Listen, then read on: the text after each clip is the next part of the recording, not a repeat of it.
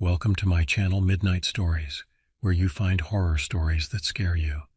Before watching, please press like to support me in producing more stories. This helps in spreading the video and reaching more people.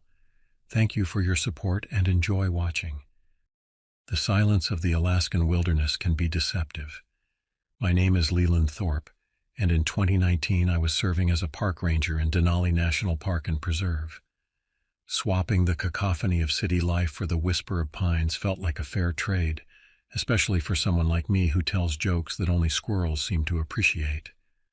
I was 32 years old when I took the job, seeking a change of pace from my previous career as a software engineer in Seattle.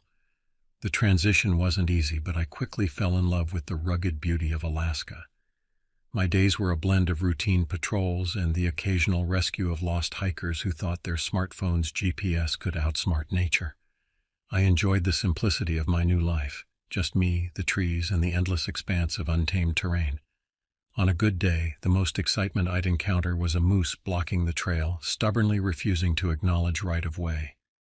Little did I know that this peaceful existence was about to be shattered in ways I could never have imagined. The vastness of Denali can be overwhelming to the uninitiated. 6 million acres of wild land bisected by a single road. Mountains, forests, and tundra stretch as far as the eye can see. It's a place where you can truly feel small in the face of nature's grandeur, but it's also a place where the line between beauty and danger is razor thin. I remember the day everything changed as if it were yesterday. It was early June, and the park was just beginning to shake off the last vestiges of winter. The air was crisp, carrying the scent of pine and melting snow. I had been up since dawn, preparing for what I thought would be a routine day of patrolling the park's backcountry. As I stepped out of my cabin that morning, I paused to take in the view. The sun was just peeking over the horizon, painting the sky in hues of pink and orange. The silence was profound, broken only by the occasional chirp of an early rising bird. It was moments like these that made me grateful for my decision to leave the city behind. I made my way to the ranger station, my boots crunching on the gravel path. The station was a sturdy log building designed to withstand the harsh Alaskan winters. Inside, I found my colleague, Greg Hartman, already poring over maps spread across a large table. "Morning, Leland," Greg grunted, not looking up from his work. "Coffee's fresh if you want some." I poured myself a cup, grimacing at the bitter taste. Greg's coffee was notorious among the rangers. It could probably strip paint off walls. "Thanks, Greg. Nothing like your coffee to remind me why I cherish solitude," I quipped. Greg finally looked up, a wry smile on his weathered face. "You look like you wrestled a bear and lost, Thorpe. Rough night?" I shrugged, running a hand through my disheveled hair. "Just the usual. Woke up to a family of raccoons having a party on my roof. I swear they were doing the cha-cha." Greg chuckled, shaking his head. "Only you could find humor in sleep deprivation, Leland. But listen, we've got a situation that needs our attention." The change in his tone immediately put me on alert. Greg wasn't one for dramatics, so if he was concerned, it was worth paying attention to. I pulled up a chair, my earlier fatigue forgotten. "What's going on?" I asked, leaning in to study the map he was examining. Greg pointed to a remote area of the park, deep in the backcountry. "We've got a group of researchers out here studying the effects of climate change on the permafrost. They were supposed to check in daily, but we haven't heard from them in 3 days." I frowned, a feeling of unease settling in my stomach. That's not like Dr. Reynolds. She's usually meticulous about following protocols. Dr. Amelia Reynolds was a respected climate scientist who had been conducting research in Denali for the past 5 years. She led a team of 4 other researchers, all experienced in wilderness survival and well-versed in the park's safety procedures. Greg nodded grimly. "Exactly. We've tried reaching them on all frequencies, but there's been no response. It could be equipment failure, but 3 days is a long time to go without contact," I finished for him. "What's the plan?" "You and I are going to head out there and check on them," Greg said, tracing a route on the map. "It's about a 4-hour ATV ride to their last known location. We'll bring emergency supplies and extra communication equipment." I nodded, my mind already racing through the preparations we'd need to make. "When do we leave?" "As soon as we can get packed up," Greg replied, rolling up the map. I've already informed headquarters. They're on standby if we need additional support. As we gathered our gear and loaded up the ATVs, I couldn't shake the feeling that we were about to step into something far beyond our usual scope of work. The Alaskan wilderness, beautiful as it was, held secrets and dangers that even experienced rangers like us couldn't always predict. Little did I know that this day would mark the beginning of a nightmare that would challenge everything I thought I knew about the natural world and my place in it. As we set out on the trail, the sun now high in the sky, I couldn't have imagined the horrors that awaited us in the deceptive silence of the Denali wilderness. The ATV engines roared to life, shattering the morning calm. Greg took the lead and I followed close behind as we set out on the winding trail that would take us deep into the Denali backcountry. The path was rough, cutting through dense forests and skirting the edges of icy streams. As we traveled, the landscape gradually changed. The relatively gentle terrain near the ranger station gave way to more rugged topography. Massive boulders left behind by ancient glaciers dotted the landscape. The trees grew sparser and the air became noticeably cooler. About 2 hours into our journey, we stopped to rest and check our bearings. I pulled out a granola bar, more out of habit than hunger. The uneasy feeling in my stomach had only grown stronger as we'd ventured further from civilization. "You're awfully quiet, Leland," Greg observed, taking a swig from his water bottle. "No jokes about bears wearing hiking boots or moose with GPS?" I managed a weak smile. "Sorry, Greg. I guess I'm just worried about Dr. Reynolds and her team. It's not like them to go off the grid like this." Greg nodded, his expression serious. "I know what you mean. I've worked with Amelia for years. She's one of the most responsible researchers I've ever met. For her to miss check-ins, it doesn't sit right." As if to punctuate his words, a sudden gust of wind whipped through the trees, carrying with it a sound that made the hair on the back of my neck stand up. It was a low, mournful howl, unlike anything I'd ever heard before. "What was that?" I asked, my hand instinctively moving to the bear spray on my belt. Greg frowned, scanning the surrounding forest. "Probably just the wind playing tricks on us. These canyons can create some strange acoustics." I nodded, trying to convince myself he was right. But deep down, a primal part of me recognized that sound for what it was, a warning. We remounted our ATVs and continued on. The trail narrowed, forcing us to slow our pace. The canopy above thickened, casting intricate patterns of light and shadow on the forest floor. It was beautiful in an eerie sort of way, but I found myself longing for the open spaces we'd left behind. As we rounded a bend, Greg suddenly held up his hand, signaling me to stop. He cut his engine and I did the same. In the sudden silence, I could hear my heart pounding in my chest. "Look," Greg whispered, pointing to the ground beside the trail. I dismounted and crouched down to examine what had caught his attention. There, in the soft earth, was a set of tracks unlike anything I'd ever seen before. They were large, easily twice the size of a bear's paw print, with long, curved claw marks extending from each toe. "What could have made these?" I asked, my voice barely above a whisper. Greg shook his head, his face pale. "I've been a ranger for 20 years, Leland. I've tracked every animal in this park, but this, I've never seen anything like it." A twig snapped in the forest to our right, and we both whirled around, Greg's hand on his rifle, mine on my bear spray. For a long moment we stood frozen, straining our eyes to penetrate the dense undergrowth, but whatever had made the noise didn't reveal itself. "We should keep moving," Greg said at last, his voice tight. "We're still a good hour from the research camp." I nodded, grateful for the excuse to put some distance between us and whatever had left those tracks. As we continued on, I found myself constantly scanning the trees, jumping at every shadow and rustle of leaves. The trail began to climb, leading us up into higher elevations. The air grew thin, and a light mist settled around us, reducing visibility. It was as if the forest itself was conspiring to unsettle us, playing on our deepest fears.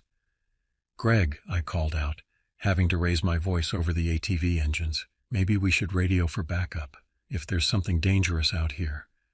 He slowed, allowing me to pull up alongside him. "You might be right," he admitted. "Let's try to make contact when we reach the next clearing. We should have better reception there." But as we crested the hill instead of a clearing, we found ourselves facing a scene that stopped us cold. The trail ahead was blocked by a massive tree, its trunk easily 4 feet in diameter, lying across the path. But it wasn't the fallen tree itself that sent a chill down my spine. It was the way it had fallen. The tree hadn't been uprooted by wind or struck by lightning. It looked as if it had been snapped off at the base, like a twig broken by a child. The jagged stump left behind bore deep gouges, as if something with immense strength had gripped the tree and torn it from the earth. Greg and I exchanged a look of disbelief and growing fear. Whatever had done this was no ordinary animal. It was something powerful, something dangerous, and something that was almost certainly still out there in the mist-shrouded forest. As we contemplated our next move, that same mournful howl echoed through the trees, closer this time, much closer. And in that moment I realized that our routine mission had just become a fight for survival. The howl faded, leaving behind a silence so profound it seemed to press against my eardrums.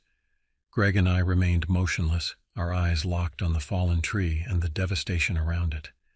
The mist swirled, creating ghostly shapes that seemed to dance at the edges of my vision. "We need to turn back," I whispered, my mouth dry with fear. "Whatever did this?" Greg shook his head, his jaw set in a grim line. "We can't, Leland. Dr. Reynolds and her team are still out there. If there's something dangerous in these woods, they could be in even greater danger than we are." I knew he was right, but every instinct in my body was screaming at me to flee. I took a deep breath, trying to calm my racing heart. "Okay," I said at last, "but we do this smart. We radio for backup right now and we proceed on foot. The ATVs are too noisy. We need to be able to hear what's coming." Greg nodded, reaching for his radio. He flipped it on and we were immediately greeted by a burst of static. "Ranger Station, this is Hartman. Do you copy? Over." More static. Greg tried again, adjusting the frequency. Still nothing but the hiss of dead air. "Damn," he muttered. "Must be interference from the terrain. We'll try again when we reach higher ground." We secured the ATVs and gathered what supplies we could carry. Greg checked his rifle and I made sure my bear spray was easily accessible. As an afterthought, I grabbed the small hatchet from my ATV's toolkit. It wasn't much, but it made me feel a little less defenseless. We set out on foot, skirting around the fallen tree. The mist had thickened, reducing visibility to barely 20 feet ahead. Sounds seemed muffled, creating a claustrophobic atmosphere that pressed in from all sides. As we walked, I noticed other signs of disturbance. Branches were snapped off high in the trees, far higher than any bear could reach. Deep furrows were gouged into the earth, as if something massive had passed through recently. "Greg," I whispered, pointing to a nearby tree, "look at this." The trunk was marred by a series of deep gashes, each easily 6 inches long. They were fresh, the sap still oozing from the wounds. Greg ran his hand over the marks, his face grim. "These were made recently. Whatever did this, it's still in the area." A twig snapped somewhere in the mist to our left. We both froze, straining our ears. For a moment there was nothing, then a sound that made my blood run cold, a low, guttural growl, unlike anything I'd ever heard before. "Run," Greg hissed, and we took off down the trail. We crashed through the underbrush, branches whipping at our faces. Behind us I could hear something large moving through the forest, keeping pace effortlessly. The growl came again, louder this time, filled with a primal hunger that sent a spike of terror through me. "There," Greg shouted, pointing ahead. Through the mist I could make out the dim outlines of structures, the research camp. We put on an extra burst of speed, desperate to reach the relative safety of the camp. As we burst into the clearing, the sight that greeted us stopped us in our tracks. The camp was in shambles. Tents were shredded, equipment scattered everywhere. It looked as if a tornado had torn through the site. "Dr. Reynolds," Greg called out. "Dr. Reynolds, are you here?" Only silence answered. We moved cautiously into the camp, alert for any sign of the researchers or the creature that had been pursuing us. The eerie quiet was broken only by the sound of canvas flapping in the breeze. I approached one of the less damaged tents, pulling back the flap to peer inside. The sleeping bag was shredded, and dark stains that looked horribly like dried blood spattered the fabric. "Greg," I called, my voice shaking. I think they might be dead." He joined me, his face pale as he took in the scene. "We don't know that for sure. They could have escaped. We need to—" His words were cut off by a blood-curdling scream that echoed through the forest. It was human, filled with terror and pain, and it was close. Without a word, we both took off in the direction of the sound. The mist seemed to part before us, revealing a small ravine just beyond the edge of the camp. As we reached the lip of the ravine, the screaming stopped abruptly. What I saw in that ravine would haunt me for the rest of my life. A figure stood hunched over a crumpled form on the ground. But it wasn't human. It was massive, easily 8 feet tall, covered in matted fur. As it turned to face us, I caught a glimpse of a muzzle filled with razor-sharp teeth and eyes that glowed with an unnatural, intelligent malevolence. For a moment, time seemed to stand still. Then the creature let out a roar that shook the very ground beneath our feet. Greg raised his rifle, but before he could fire, the monster charged. I didn't think. I just acted. I shoved Greg hard, sending him stumbling back just as the creature reached us. Its massive claws swiped through the air where Greg had been standing a split second before. "Run!" I yelled, already scrambling backward. We turned and fled back toward the camp, the sound of the creature's pursuit spurring us on. I could hear its heavy breathing, feel the ground shaking with each of its strides. As we reached the camp, Greg suddenly veered off toward one of the larger tents. "In here," he shouted. I followed him, diving through the tent flap. Inside, Greg was already pushing over a heavy metal cabinet barricading the entrance. Not a moment too soon. The creature slammed into the tent, its claws ripping through the fabric like tissue paper. We pressed ourselves against the far wall of the tent, watching in horror as the creature tore at the tent. The metal cabinet groaned under the onslaught, but miraculously held. "What is that thing?" I gasped, my heart pounding so hard I thought it might burst from my chest. Greg shook his head, his face ashen. "I don't know, I've never seen anything like it, but we need to find a way out of here." I looked around frantically, searching for anything we could use as a weapon or an escape route. The tent was filled with research equipment, computers, sample containers, and various scientific instruments. Nothing that could help us against the monster outside. The creature's attacks on the tent intensified, each impact threatening to tear through our flimsy shelter.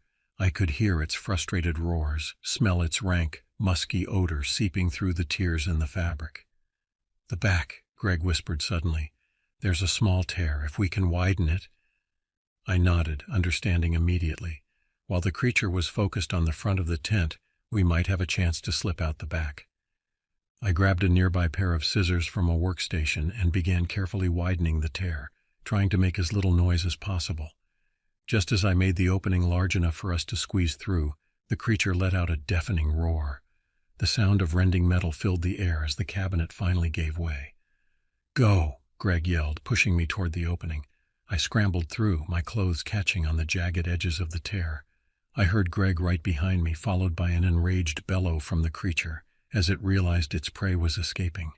We emerged into the misty forest, running blindly. Behind us, I could hear the creature crashing through the underbrush, gaining on us with every stride. My lungs burned, my legs ached, but terror kept me moving. Suddenly, the ground disappeared from beneath my feet. Greg and I tumbled down a steep embankment, rolling through mud and leaves. We came to a stop at the bottom, battered and bruised, but alive. "Quick!" Greg hissed, pulling me into the hollow beneath a fallen tree. We huddled there, scarcely daring to breathe as the sound of the creature's pursuit grew closer. Its heavy footsteps paused at the top of the embankment. I could hear it sniffing the air, searching for our scent. For what seemed like an eternity, we remained motionless, pressed against each other in the cramped space beneath the log.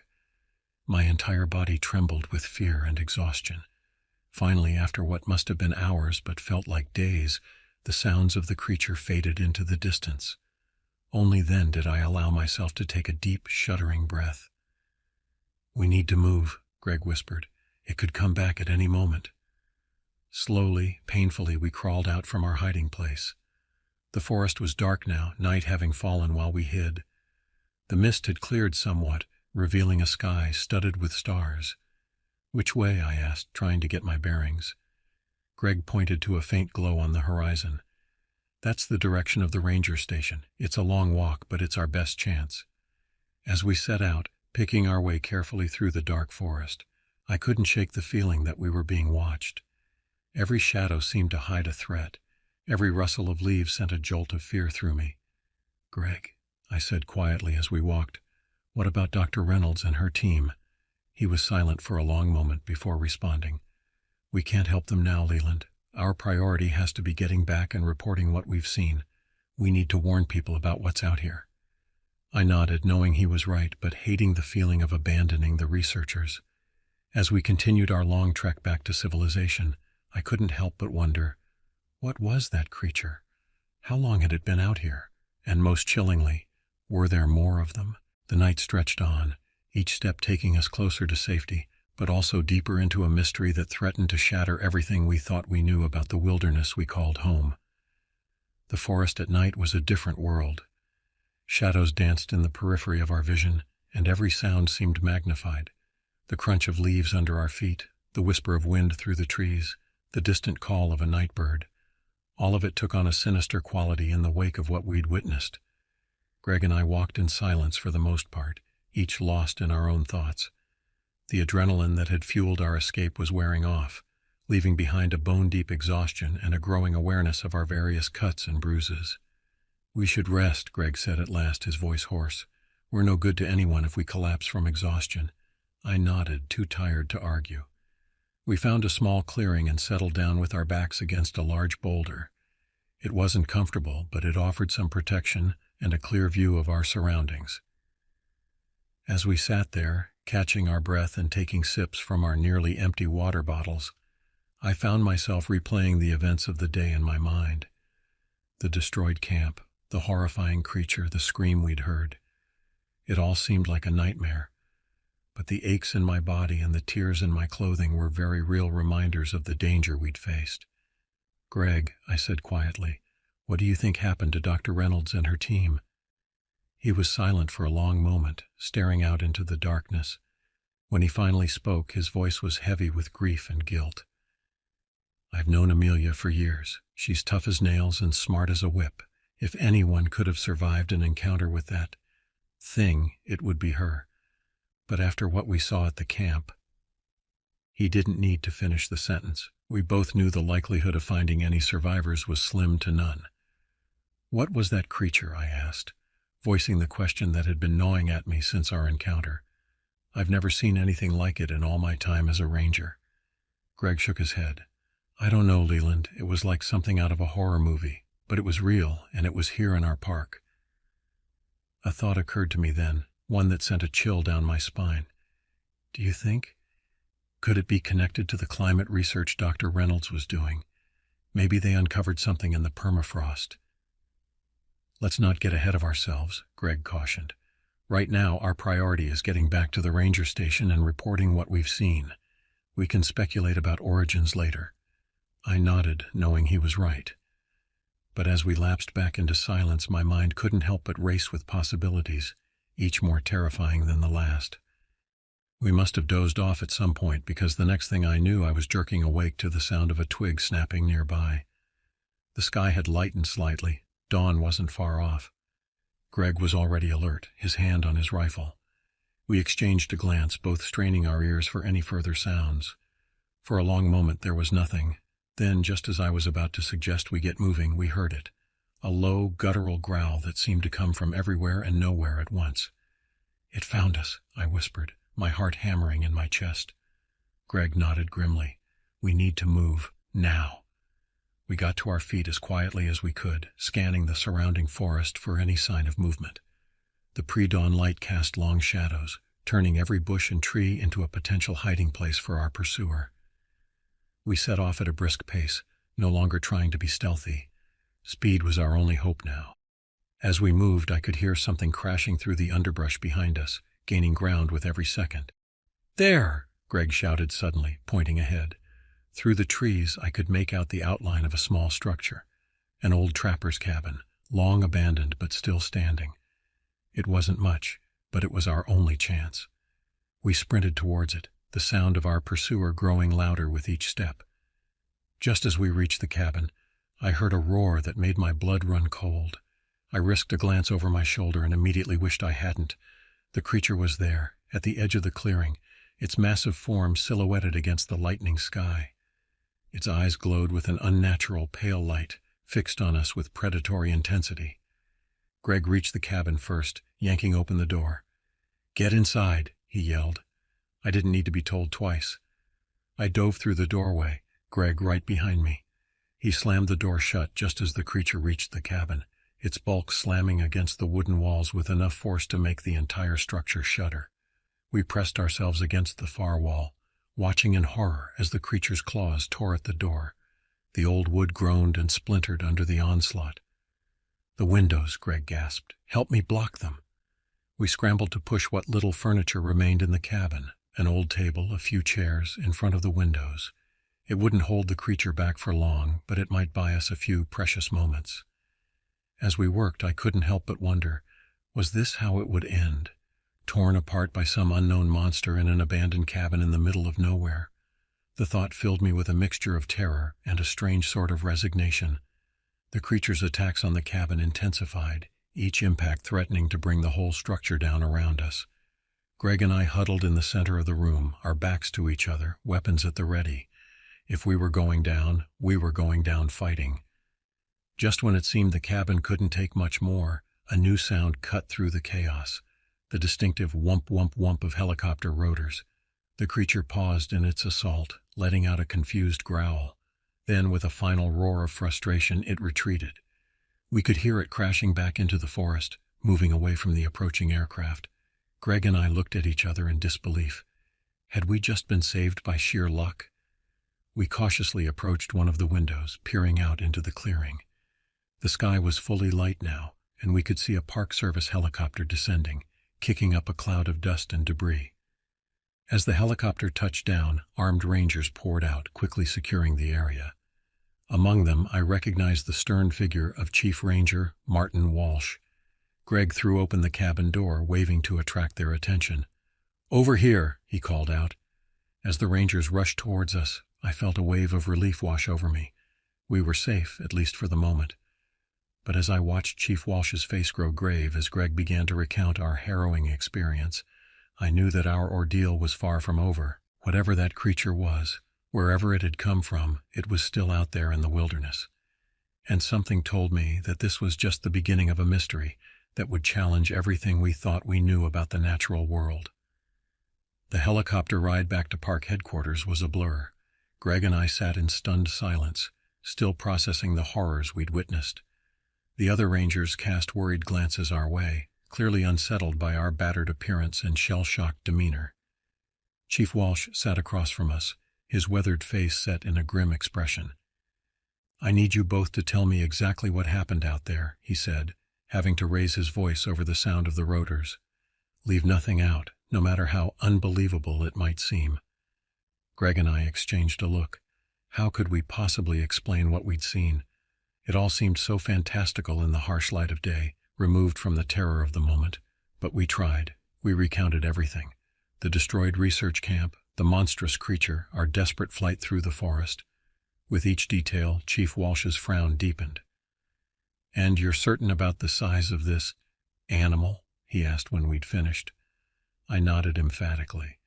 "At least 8 feet tall, Chief, maybe more. And it moved faster than anything that big has a right to." Walsh leaned back, rubbing his chin thoughtfully. "We'll need to organize a search party for Dr. Reynolds and her team, and we'll have to close off that section of the park until we can figure out what's going on." "With all due respect, Chief," Greg interjected, "a standard search party isn't going to cut it. Not against that thing. We need serious firepower." Walsh held up a hand. "Let's not get ahead of ourselves. Right now, our priority is finding those missing researchers. We'll deal with this creature, if and when we encounter it." I could tell from his tone that he didn't fully believe our story. Part of me couldn't blame him. If I hadn't seen it with my own eyes, I'm not sure I would have believed it either. As we neared the ranger station, I could see a crowd gathered on the landing pad. News traveled fast in a small community like ours, and it was clear that word of our emergency evacuation had spread. The moment we touched down, we were swarmed by worried colleagues and friends. Their questions came rapid fire, a cacophony of concern and curiosity. "What happened out there? Are you guys okay? Did you find Dr. Reynolds?" Chief Walsh shouldered his way through the crowd. "All right, everyone back up. Give them some space. Thorpe, Hartman, my office. Now. We followed Walsh through the throng, ignoring the stares and whispers that followed us. As we entered the chief's office, I caught a glimpse of my reflection in a window. I hardly recognized myself.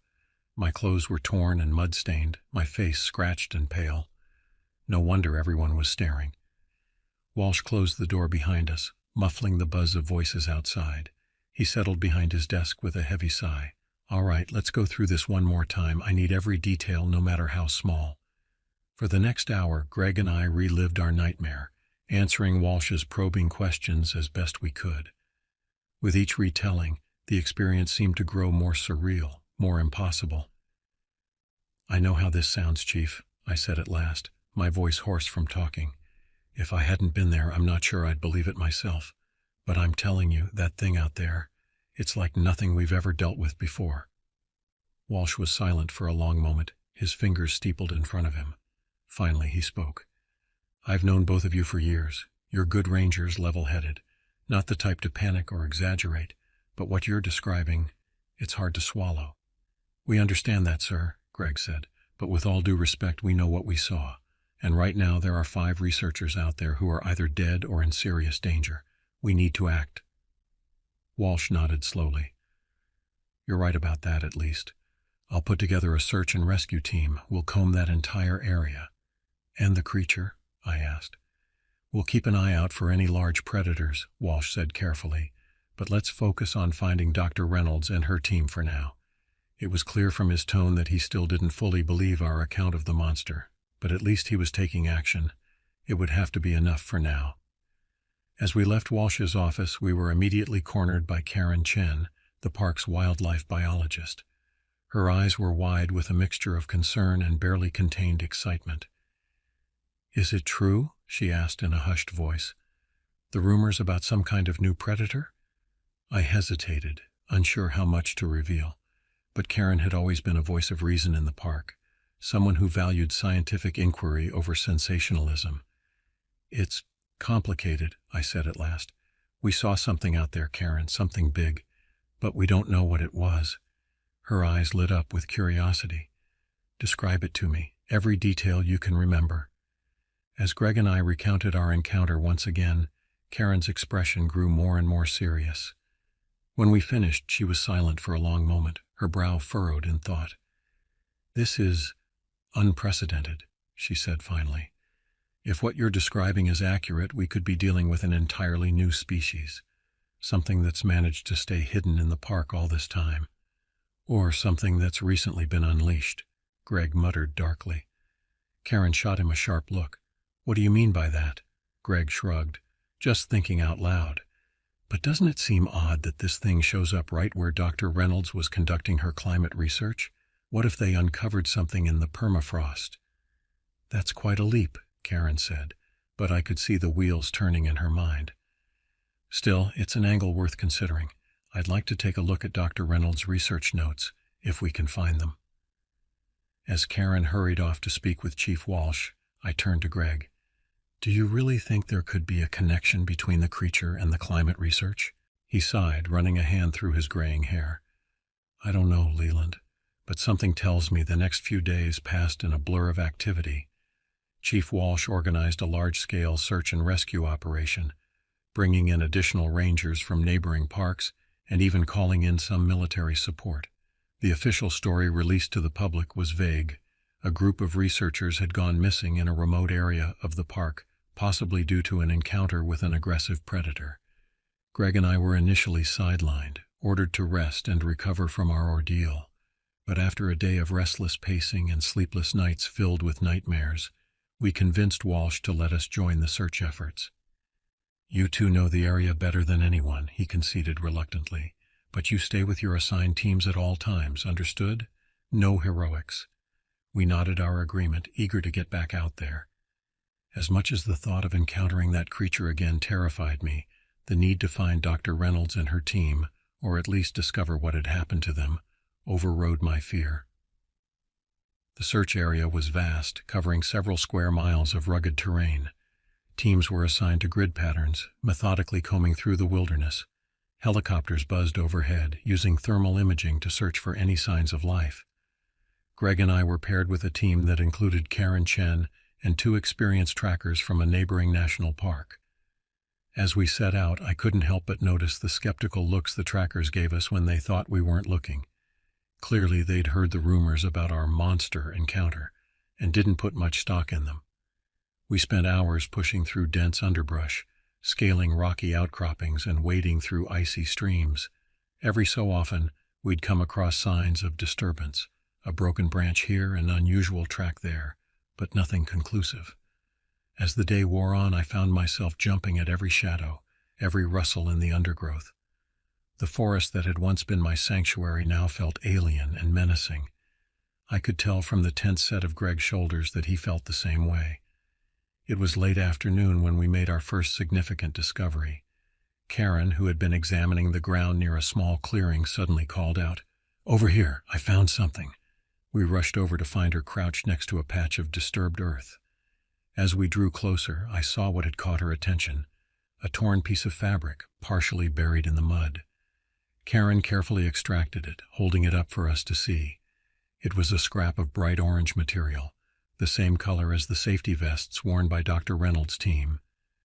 "It's recent," one of the trackers said, examining the mud around where the fabric had been found. "Within the last few days, I'd say." A mixture of hope and dread surged through me. This was the first concrete evidence we'd found of the missing researchers.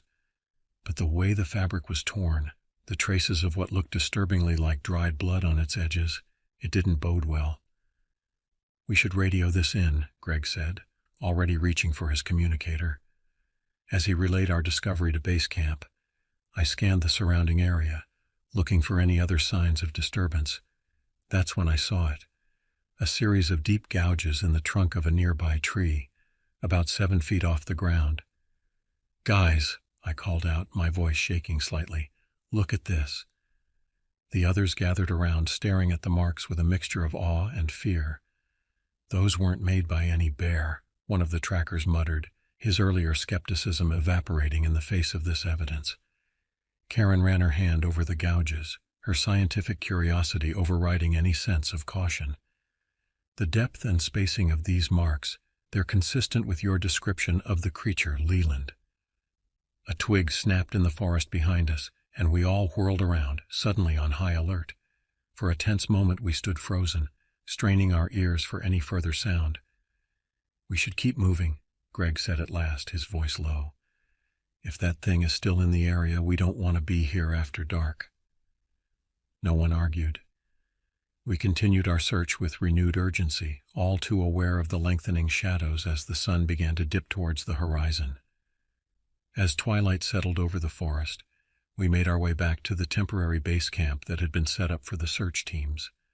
The mood was somber. None of the other teams had found any sign of the missing researchers. Over a meager dinner of MREs, we shared our discoveries with Chief Walsh and the other team leaders. The scrap of fabric and the claw marks generated a lot of discussion, but no concrete conclusions. "We'll expand the search area tomorrow," Walsh announced. "Dr. Chen, I want you to take a team back to that location in the morning. See if you can find any other evidence that might help us track this animal." I noticed he carefully avoided using the word creature or monster.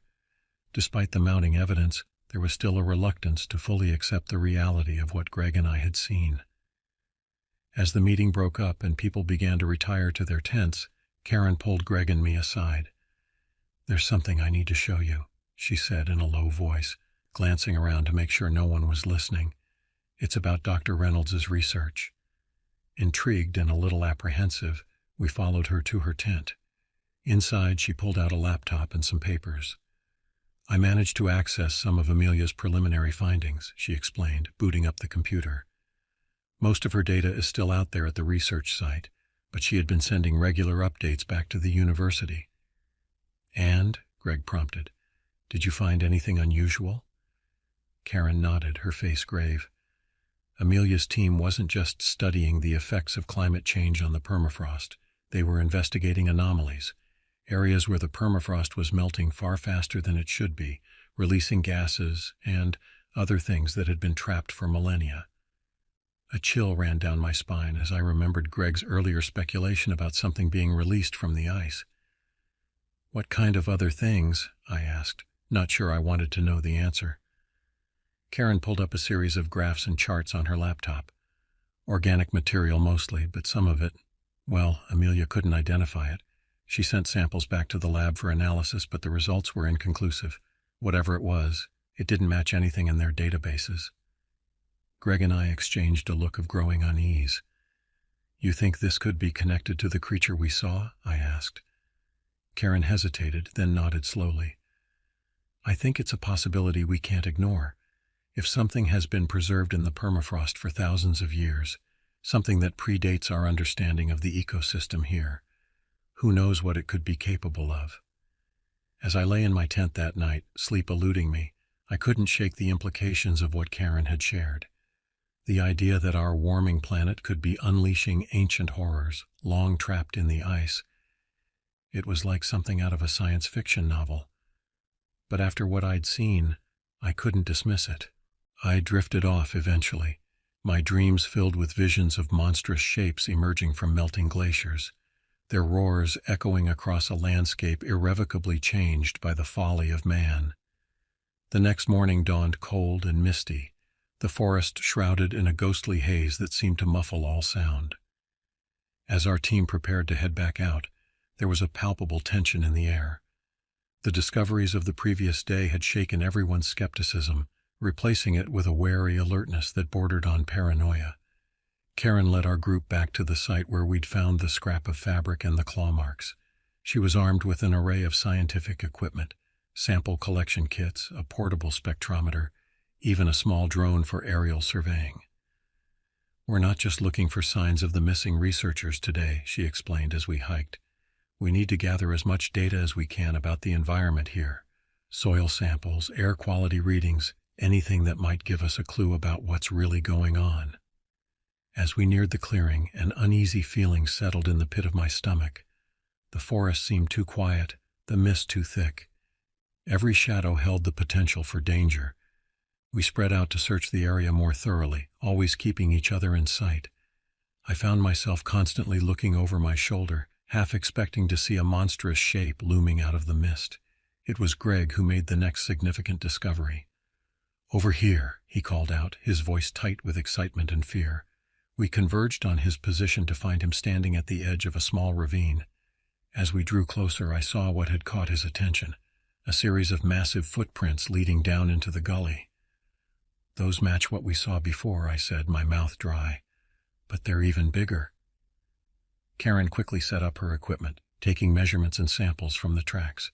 The depth and shape of these prints, they're consistent with a biped, but the size and the claw marks, it's unlike anything I've ever seen.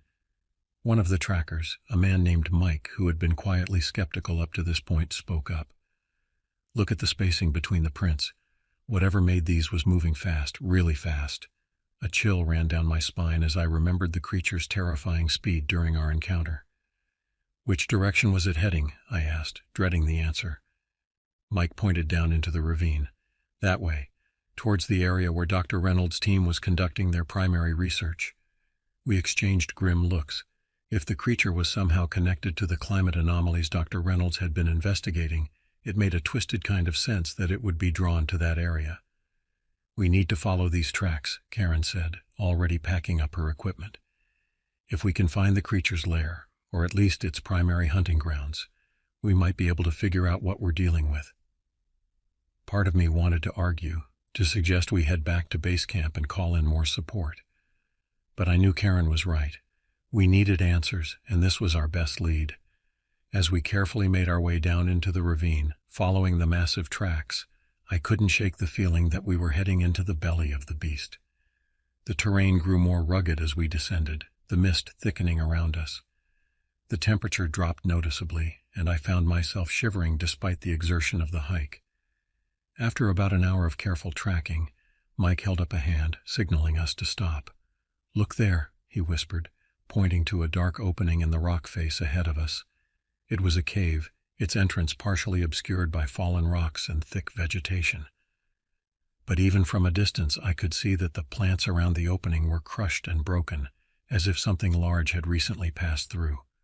"This could be it," Karen murmured, her scientific excitement warring with obvious apprehension. Greg unshouldered his rifle, checking to make sure it was loaded. "We should approach carefully, if that thing's in there." I nodded, my hand moving to the bear spray on my belt. It seemed woefully inadequate given what we were potentially facing, but it was better than nothing. As we crept closer to the cave entrance, a foul odor assailed us, a mixture of wet fur, rotting meat, and something else, something alien and indescribable. I fought the urge to gag, covering my nose and mouth with my sleeve. Karen pulled out a powerful flashlight, aiming it into the darkness of the cave. The beam illuminated a horrifying scene. The floor of the cave was littered with bones, some animal, some disturbingly human-like. Scraps of torn clothing were scattered about, and I recognized with a jolt the remains of the bright orange safety vests worn by Dr. Reynolds' team. "Oh God," I heard Mike mutter behind me. But it wasn't just the evidence of predation that made the scene so chilling. The walls of the cave were covered in a strange phosphorescent substance that seemed to pulse with an inner light. It clung to the rocks in thick strands, forming intricate patterns that hurt my eyes to look at directly. Karen approached one of the walls, her scientific curiosity overriding her fear. She reached out a gloved hand to touch the glowing substance. "Karen, wait," Greg started to say, but it was too late. The moment Karen's fingers made contact with the phosphorescent material, it reacted. The glow intensified, and a ripple seemed to pass through the substance, spreading out from the point of contact. And then we heard it, a low, rumbling growl that seemed to come from the very depths of the earth. The cave trembled, small rocks and debris raining down from the ceiling. "We need to get out of here," I said, grabbing Karen's arm and pulling her back towards the entrance. "Now!" We scrambled out of the cave, our earlier caution forgotten in the face of immediate danger. As we emerged into the misty ravine, a roar split the air, a sound of primal rage that made my blood run cold. "Run!" Greg yelled, and we took off up the slope, slipping and stumbling in our haste. Behind us I could hear something massive crashing through the undergrowth, gaining on us with terrifying speed. The roars grew louder, filled with a hunger that sent spikes of terror through me. As we crested the top of the ravine, I risked a glance back. What I saw nearly stopped my heart. The creature burst from the mist, its massive form even more terrifying in the daylight. It was easily 9 feet tall, covered in shaggy fur that seemed to shimmer with the same phosphorescent quality we'd seen in the cave. Its eyes glowed with an unnatural, intelligent malevolence, fixed on us with predatory intensity. But what struck me most was its face. It wasn't the muzzle of a bear or any other animal I recognized. There was something almost human about its features, distorted and stretched into a nightmarish parody of a face. As the creature let out another ear-splitting roar, I realized with a sickening clarity that we were no longer the hunters. We were the prey. And our chances of survival were growing slimmer by the second. Our feet pounded against the forest floor as we ran, branches whipping at our faces and roots threatening to trip us with every step. The creature's roars echoed through the trees, spurring us on with primal fear. "The ATVs!" Greg shouted between labored breaths. "If we can reach them, we might have a chance." I nodded, not wasting breath on a response. Our vehicles were parked about a half-mile from our current position. It might as well have been 100 miles, given the speed at which our pursuer was gaining on us. Karen was lagging behind, her face pale with exertion and fear. Without thinking, I grabbed her arm, half dragging her along with us. Mike, the tracker, had taken the lead, his experience in the wilderness evident in the way he smoothly navigated the difficult terrain. A fallen tree loomed in our path. Mike and Greg vaulted over it easily, but as Karen and I approached, I knew she wouldn't make it. Making a split-second decision, I boosted her up and over, then dove and rolled beneath the massive trunk. As I scrambled to my feet on the other side, a deafening crash behind me announced the creature's arrival. It had simply barreled through the tree trunk, sending splinters and debris flying in all directions. "Keep going," I yelled, pushing Karen ahead of me. "Don't look back." But even as the words left my mouth, I found myself turning to face our pursuer. What I saw nearly stopped me in my tracks. The creature stood mere yards away, its massive chest heaving with exertion. In the daylight, I could see details I'd missed before. Its fur was matted and caked with mud and what looked horribly like dried blood. But it was the eyes that held me transfixed. They gleamed with an intelligence that seemed impossible for a mere animal. For a moment, time seemed to stand still. The creature and I locked gazes, and I felt a chill run down my spine that had nothing to do with physical fear. There was something in those eyes, something that spoke of age, of patience, of a hunger that went beyond mere predation. The spell was broken by Greg's voice, harsh with desperation. "Leland, move!" I turned and ran, my legs burning with the effort. Ahead I could see a break in the trees. We were nearing the clearing where we'd left the ATVs. As we burst into the open space, I felt a surge of hope. The vehicles were there, untouched, our potential salvation. Greg reached them first, fumbling with the keys. "Get on!" he shouted, gunning the engine of the first ATV to life. Karen scrambled onto the back of Greg's vehicle, while Mike and I headed for the second ATV. I'd just swung my leg over the seat when a roar split the air, so close it made my ears ring. I turned to see the creature emerging from the tree line, its eyes fixed on us with terrifying focus. Without thinking, I grabbed for the rifle strapped to the side of the ATV. "Go!" I yelled to Mike as I brought the weapon to my shoulder. "I'll hold it off." Mike hesitated for only a second before gunning the engine, the ATV's tires spinning in the loose dirt as it shot forward. I took aim at the advancing creature, my hands steady despite the fear coursing through me. Time seemed to slow as I squeezed the trigger. The rifle's report was deafening in the small clearing.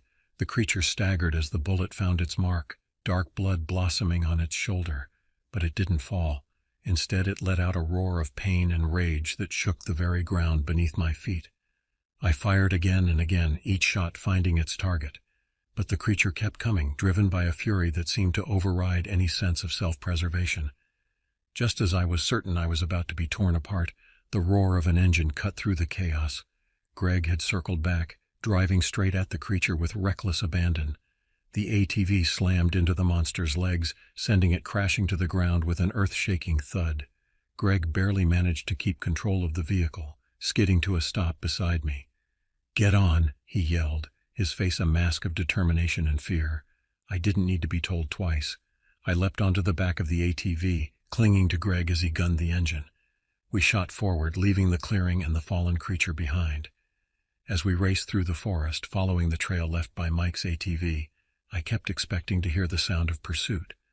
But there was nothing but the roar of the engine and the wind rushing past our ears.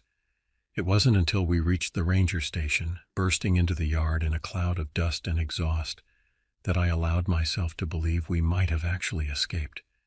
Chief Walsh and a group of rangers rushed out to meet us, their faces a mix of relief and concern. "What happened out there?" Walsh demanded as we dismounted on shaky legs. "Where's the rest of your team?" Greg, his face pale beneath the dirt and scratches, spoke up. "Mike's ahead of us. He should be here any minute. But Chief, we found it. The creature. It's real, and it's unlike anything we've ever seen before." Walsh's expression darkened. "Inside. Now. I want a full report." As we followed Walsh into the station, I couldn't shake the memory of those intelligent, ancient eyes. We had escaped, yes, but something told me this was far from over. Whatever that creature was, wherever it had come from, it was now a part of our world. And I had a sinking feeling that our encounter in the clearing was just the beginning of a much larger, much more terrifying story. The truth was out there, hidden in the melting permafrost and the dark caves of the Alaskan wilderness. And whether we were ready for it or not, that truth was clawing its way to the surface, bringing with it horrors beyond our wildest imaginations. As I settled in to give my report, I knew that my life and the lives of everyone in this small corner of Alaska would never be the same again. The wilderness I had once called home had become an alien landscape, hiding secrets that threatened to shatter our understanding of the natural world. And somewhere out there, in the vast expanse of Denali, a creature born of ancient ice and modern climate change was nursing its wounds, its eyes gleaming with malevolent intelligence as it planned its next move. The silence of the Alaskan wilderness had indeed been deceptive, and now that silence had been broken by a roar that would echo through our nightmares for years to come.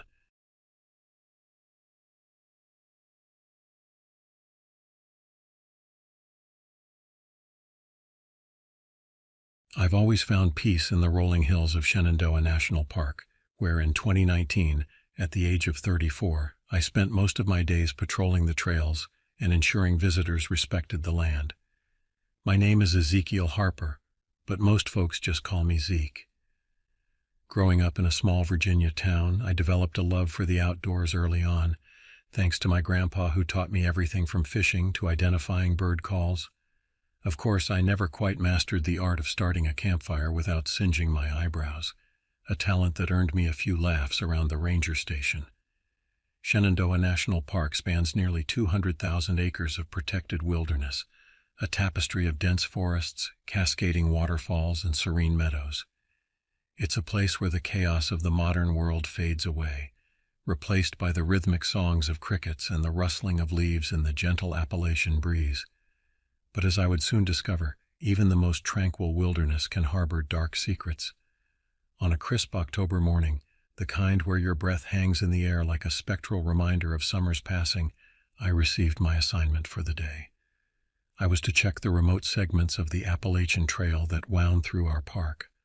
The leaves were at their peak, painting the landscape in a riot of amber, crimson, and gold. Hikers from all over the country flocked to catch this autumn spectacle, their excited chatter filling the main trails and popular overlooks. As I prepared my gear for the day's patrol, my colleague Laura Jenkins joined me.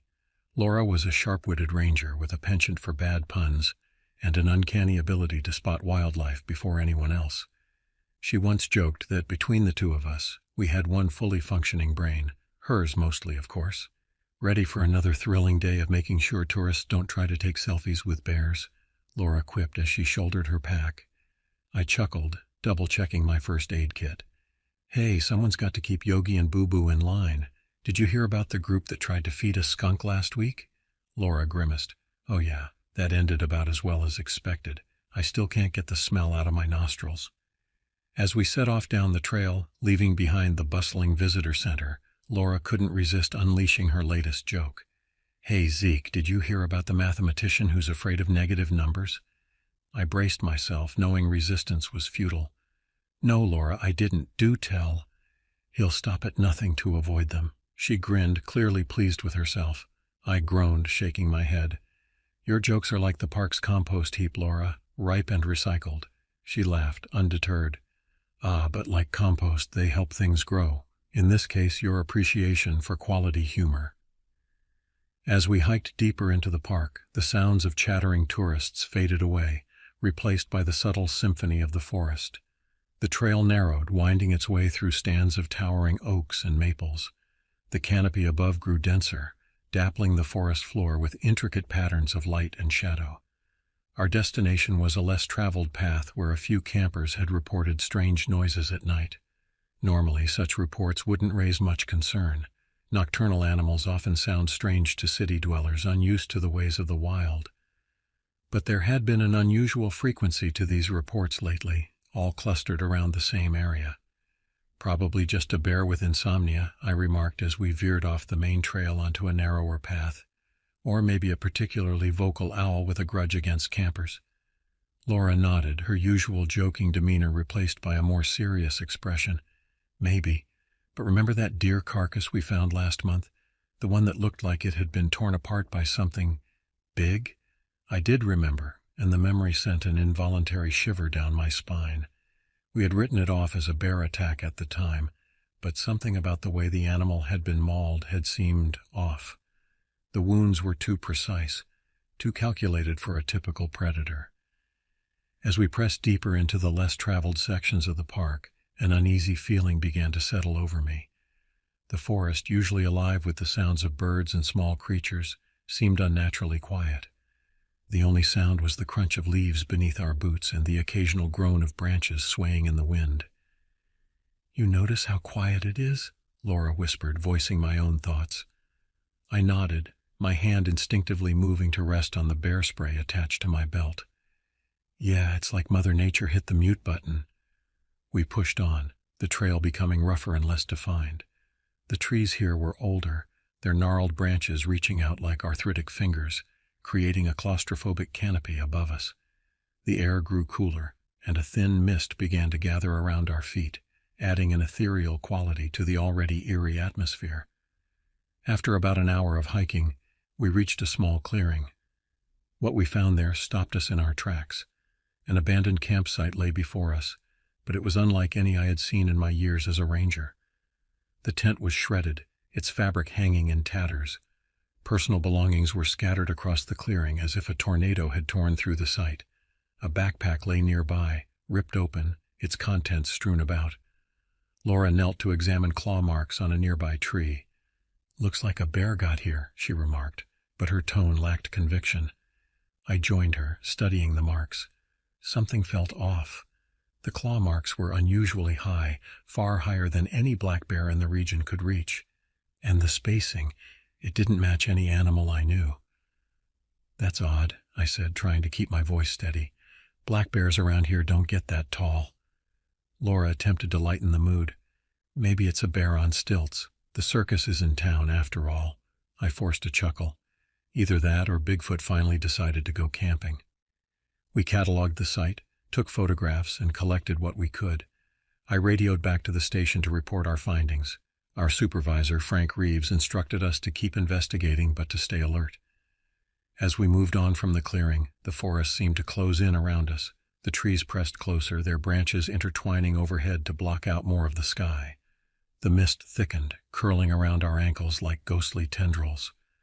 I couldn't shake the feeling that we were being watched. Every rustle of leaves, every snapping twig, sent my heart racing. I found myself constantly scanning our surroundings, half expecting to see a pair of glowing eyes staring back at me from the shadows. Little did I know that this day would mark the beginning of a nightmare that would challenge everything I thought I knew about the natural world and my place in it.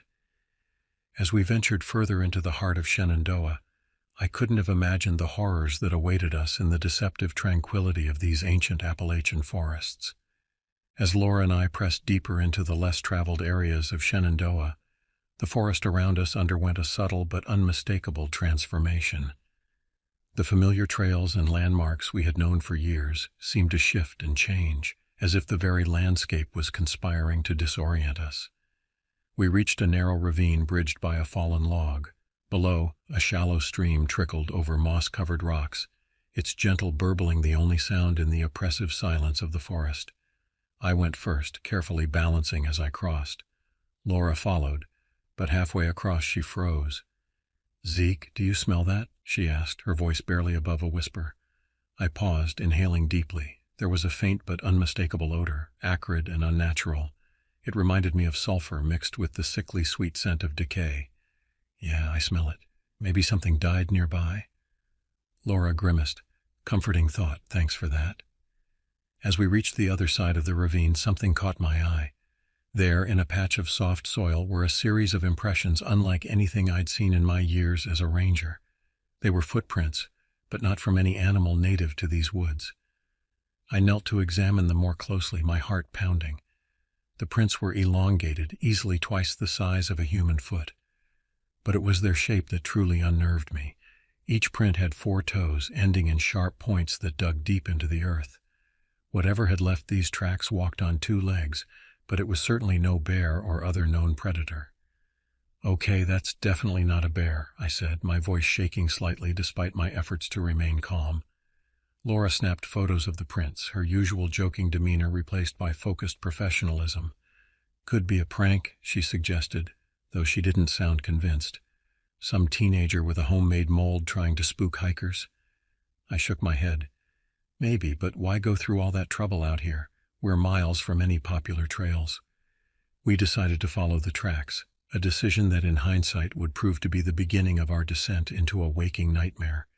As we moved forward, the strange prints led us further off the established paths and deeper into the untamed heart of the forest.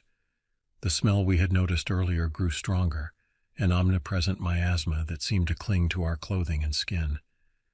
The trees around us bore more of the high claw marks we had seen at the abandoned campsite, some so high up that whatever made them must have been able to reach well over 10 feet. "Feels like we're being herded," Laura observed, her voice tight with tension. I nodded, trying to keep my own growing unease in check. "Toward what, though?" Laura attempted a weak joke. "Probably a surprise party. Rangers of the Year awards, you know. I played along, grateful for any distraction from the oppressive atmosphere. Great, I hope they have cake. We reached another clearing, this one dominated by a massive ancient oak tree. Its gnarled branches reached out in all directions, creating a canopy that blocked out most of the fading daylight. At the base of the tree lay a sight that turned my blood to ice. The remains of a deer, or what was left of it, sprawled across the leaf-strewn ground. But this was no ordinary predator kill. The carcass was mutilated beyond recognition, deep gashes exposing bone and sinew. What struck me most was the precision of the wounds. This wasn't the frenzied attack of a hungry animal, but something far more deliberate and unsettling. Jesus, Laura breathed, her face pale. No animal does this. I felt a knot tighten in my stomach. In all my years in these woods, I had never seen anything like this. It defied explanation, and that terrified me more than any known danger ever could. We should head back, I said, my mouth dry. Report this and get a team out here. Laura nodded, clearly as eager as I was to put some distance between us and this grisly scene. But as we turned to leave, a sound echoed through the trees that stopped us in our tracks. It was a low, rumbling noise that seemed to vibrate the very air around us. It was unlike anything I had ever heard in nature, not the growl of a bear or the howl of a wolf, but something altogether alien and terrifying. "What was that?" Laura asked, her eyes wide with fear. I struggled to keep my voice steady. "Probably just the wind playing tricks," I said, though I didn't believe it for a second. The noise came again, closer this time. It wasn't the wind. It was more like the reverberation of heavy machinery, but there was no equipment for miles. Whatever was making that sound was alive, and it was moving towards us. "We need to move," I urged, grabbing Laura's arm. We retraced our steps, but something was wrong. The path we had taken seemed different, unfamiliar.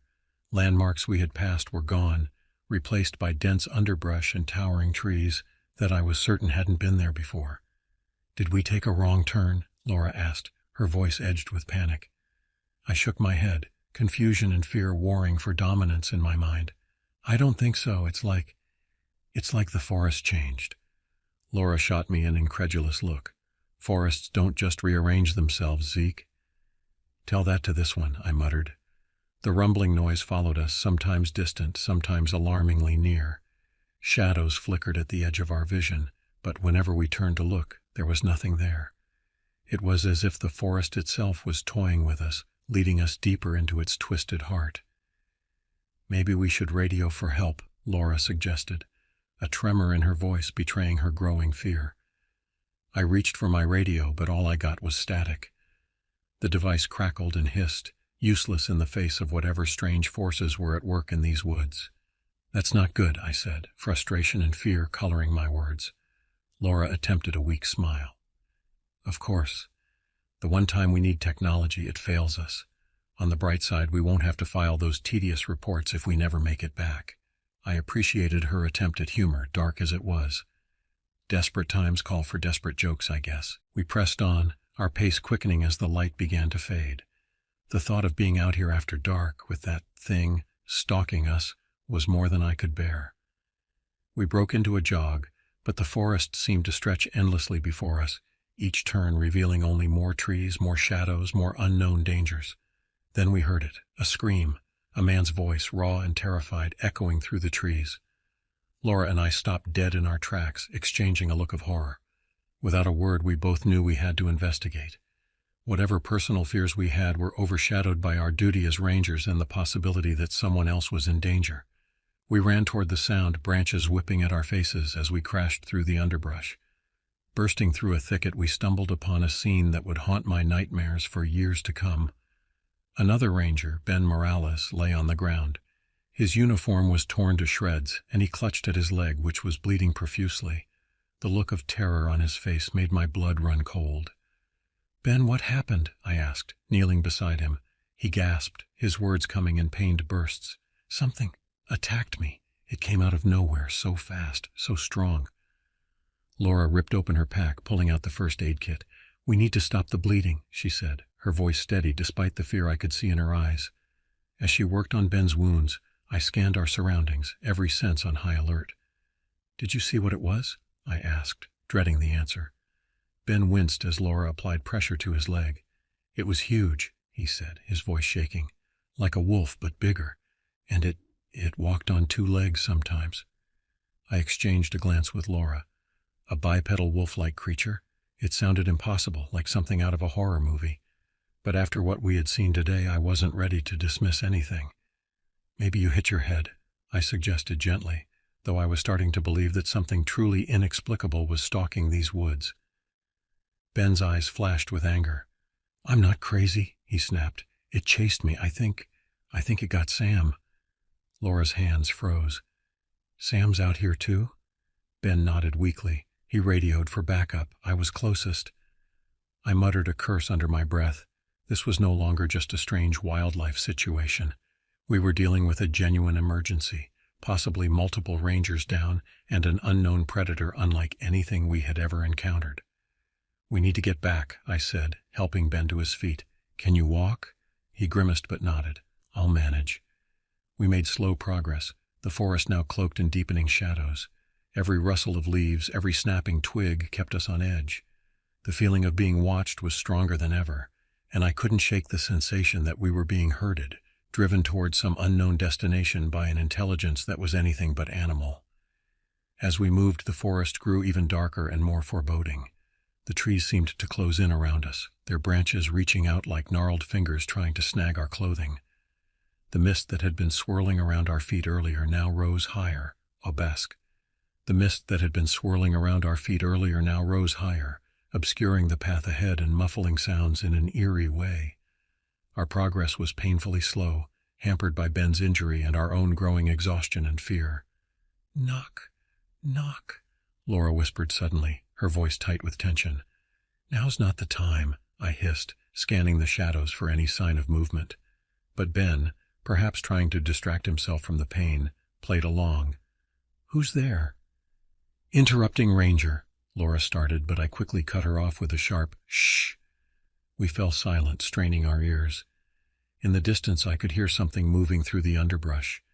It was too deliberate to be the random movements of wildlife, too heavy to be anything native to these woods. Ahead, the trees parted to reveal another clearing. In the center stood a figure that made my blood run cold. It was hunched over something on the ground, its massive form silhouetted against the dim light. "Is that Sam?" Ben whispered, hope and fear mingling in his voice. I squinted, trying to make out details in the fading light. As my eyes adjusted, I realized with growing horror that what we were looking at was no human.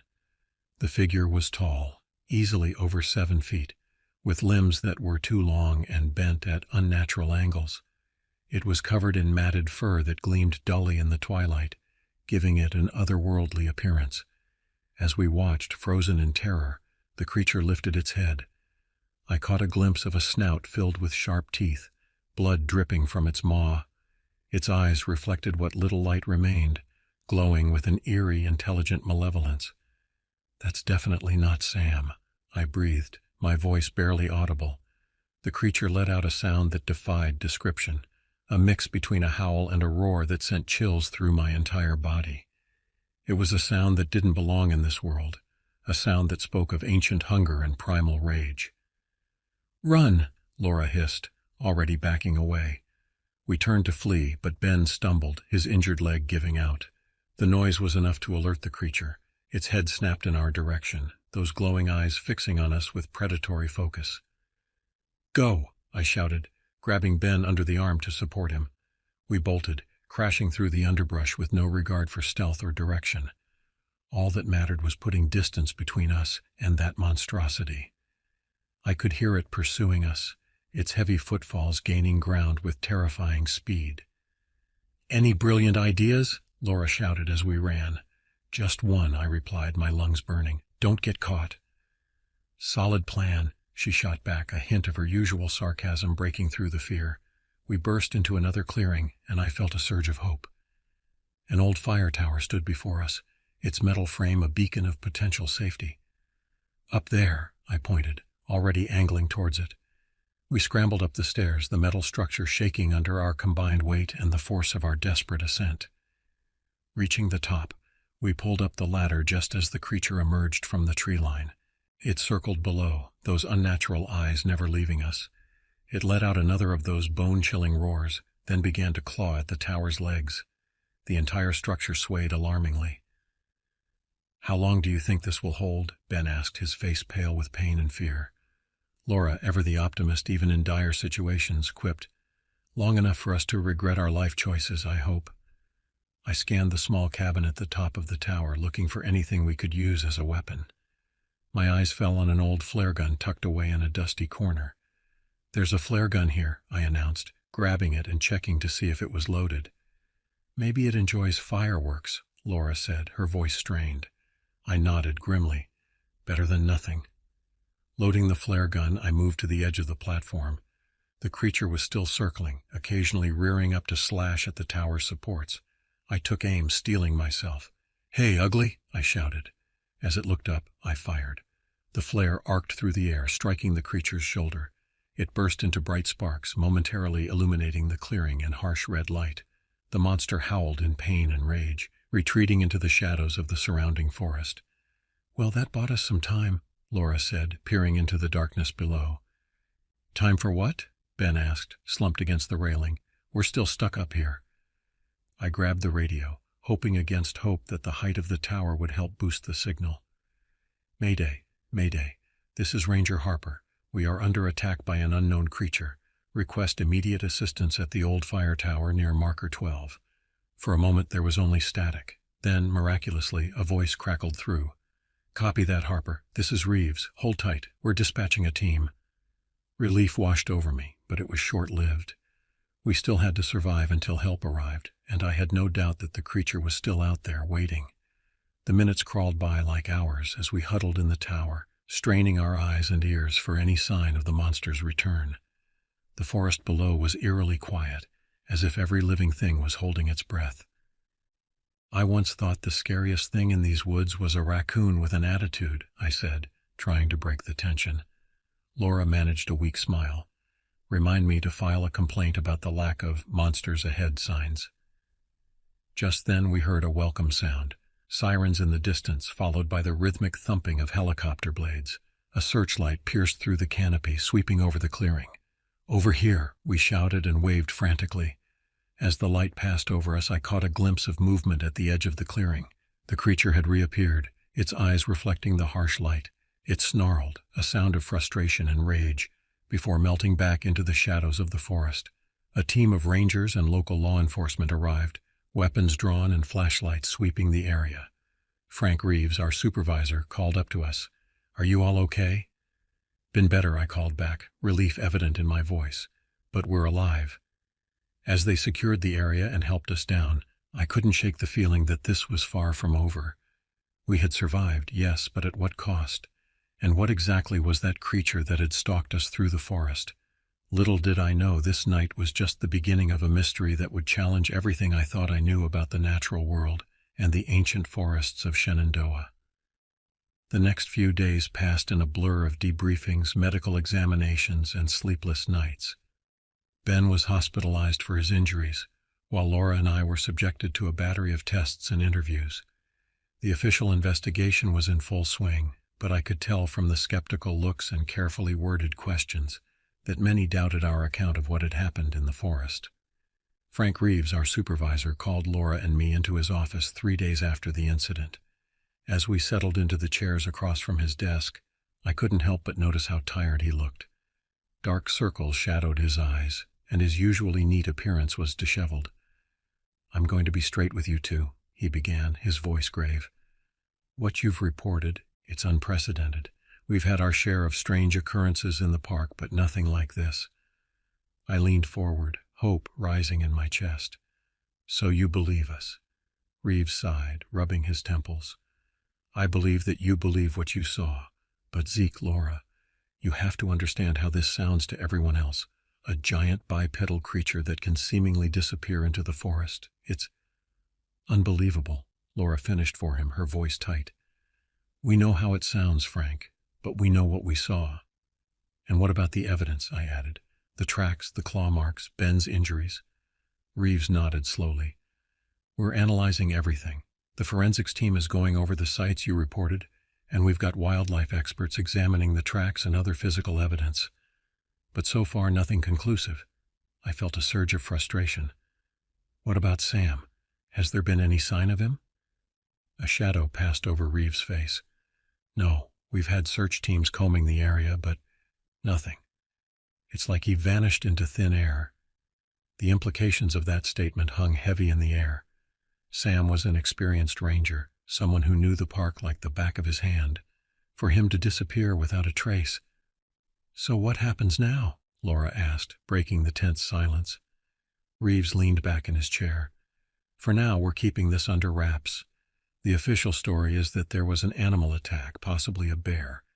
We don't need panic spreading among the visitors or the local community. I started to protest, but Reeves held up a hand to stop me. I know, Zeke, but until we have more concrete evidence, we can't go public with tales of unknown creatures in the park. It would cause chaos. As much as I hated to admit it, I knew he was right. But the thought of keeping quiet, of pretending that nothing out of the ordinary had happened, sat like a lead weight in my stomach. What about us? Laura asked. Are we going back on duty? Reeves nodded. Yes, but not in the back country. I'm assigning you both to visitor center duty for the next few weeks. I think some time away from the deep woods might do you good. I wanted to argue, to insist that we needed to be out there searching for answers. But the exhaustion of the past few days caught up with me, and I found myself nodding in agreement. As we left Reeves's office, Laura turned to me. Visitor center duty? Seriously? We should be out there, Zeke. Whatever that thing was, it's still out there. I sighed, running a hand through my hair. I know, Laura, but maybe Reeves is right. We need to regroup, gather our thoughts, and who knows, maybe being at the visitor center will give us a chance to hear if any visitors have had strange experiences. Laura nodded reluctantly. I suppose, but I don't like it. It feels like we're abandoning Sam. The mention of our missing colleague sent a pang of guilt through me. We're not abandoning him, I said, trying to convince myself as much as Laura. The search teams are still out there, and we'll keep our ears to the ground. If there's any news, any strange reports, we'll be the first to know. The next few weeks passed slowly. Laura and I fell into a routine at the visitor center, answering questions about hiking trails and campsite availability. But beneath the surface of normalcy, tension simmered. Every time a visitor mentioned hearing strange noises at night or seeing unusual tracks, my heart would race. But each report turned out to be nothing more than normal wildlife activity or overactive imaginations. One evening, as we were closing up the center, Laura approached me with a determined look in her eye. Zeke, we need to talk. I nodded, sensing the seriousness in her tone. We walked out to the parking lot, the setting sun painting the sky in hues of orange and purple. I've been doing some research, Laura began, her voice low, looking into local legends, folklore about the park, and I found something interesting. I raised an eyebrow. What kind of something? She glanced around, as if afraid of being overheard. There are old stories going back generations about something in these woods. The locals called it the Shannon demon. I couldn't help but chuckle at the name, despite the seriousness of the situation. Shannon demon? Sounds like a bad B-movie monster. Laura shot me an exasperated look. I'm serious, Zeke. The descriptions in these stories, they match what we saw. A large bipedal creature that stalks the deep woods. There are accounts of missing hikers, mutilated animals, strange noises in the night. I felt a chill run down my spine. How far back do these stories go? Centuries, Laura replied. The Native American tribes in this area had legends about a malevolent spirit that roamed the forests. When European settlers arrived, they brought their own folklore that seems to have merged with the native stories. I leaned against my truck, trying to process this information. So you think what we encountered is some kind of, what? Cryptid? Urban legend come to life? Laura shook her head. I don't know what to think, but I do know that we can't just sit here handing out trail maps while that thing is out there. We need to investigate further. I nodded slowly, feeling a mixture of fear and excitement building in my chest. You're right, but we need to be smart about this. If Reeves finds out we're poking around. Then we don't let him find out, Laura said, a determined glint in her eye. We do this on our own time, off the books. As I agreed to Laura's plan, I couldn't shake the feeling that we were stepping onto a path that would change our lives forever. The tranquil forests of Shenandoah had revealed a dark secret, and we were about to plunge headfirst into a mystery that had lurked in these ancient woods for centuries. Little did we know, our decision that evening would set in motion a chain of events that would challenge not only our understanding of the natural world, but also our very survival. The Shanann demon, if that's truly what we were dealing with, was about to become more than just a legend. It was about to become our waking nightmare. The weeks that followed our conversation in the parking lot were a blur of clandestine research and carefully planned excursions into the park's backcountry. Laura and I used our days off to venture deeper into the forests, always under the guise of routine patrols or personal hiking trips. We started by revisiting the areas where we had encountered the creature, meticulously documenting everything we found. The claw marks on the trees were still visible, though weathered by time and the elements. We took photographs, made plaster casts of the few tracks we could find, and collected samples of fur and other organic material we discovered. Our off-duty hours were spent poring over old records, local history books, and online forums dedicated to cryptozoology and unexplained phenomena. The more we dug, the more we realized that the legend of the Shanann demon was more widespread than we had initially thought. One crisp autumn evening, about a month into our covert investigation, Laura and I met at a small diner just outside the park boundaries. The place was nearly empty, save for a few tired-looking truckers nursing cups of coffee at the counter. "Look at this," Laura said as soon as I slid into the booth across from her. She pushed a stack of printouts towards me. I leafed through the papers, my eyes widening as I took in the information. They were reports of missing persons cases in and around Shenandoah National Park, dating back decades. "There's a pattern here," Laura explained, her voice low and intense.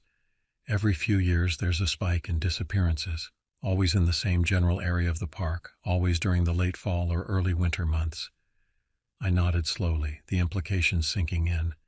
"And let me guess, the official explanations are always the same. Animal attacks, hikers getting lost?" Laura tapped her nose. "Exactly, but look at this." She pulled out a map of the park covered in red dots. Each dot represents a disappearance or a reported sighting of something unusual. See how they cluster? I leaned in, studying the map. The red dots formed a rough circle around a remote area of the park, a section so dense and rugged that even experienced hikers rarely ventured there. "It's like it has a territory," I murmured, a chill running down my spine. Laura nodded grimly. "That's what I was thinking, and look at this." She pointed to a spot near the center of the circle. "There's an old fire road here, abandoned decades ago. It leads to an area that used to be used for logging back in the early 1900s. I raised an eyebrow. "You think that's where it lives?" "I think it's worth checking out," Laura replied, a determined glint in her eye. I sat back, running a hand through my hair. The rational part of my mind was screaming that this was madness, that we were chasing shadows and letting our imaginations run wild. But I couldn't shake the memory of that night in the forest, the sight of that monstrous figure hunched over its prey. "When do we go?" I asked, knowing I'd regret the words even as I spoke them. Laura's face lit up with a mixture of excitement and apprehension. "I was thinking this weekend. We both have Saturday and Sunday off. We can tell Reeves we're doing some backcountry camping, clear our heads after everything that's happened." I nodded slowly, already feeling a mix of anticipation and dread building in my chest. "Okay. But we need to be prepared. This isn't like our usual patrols."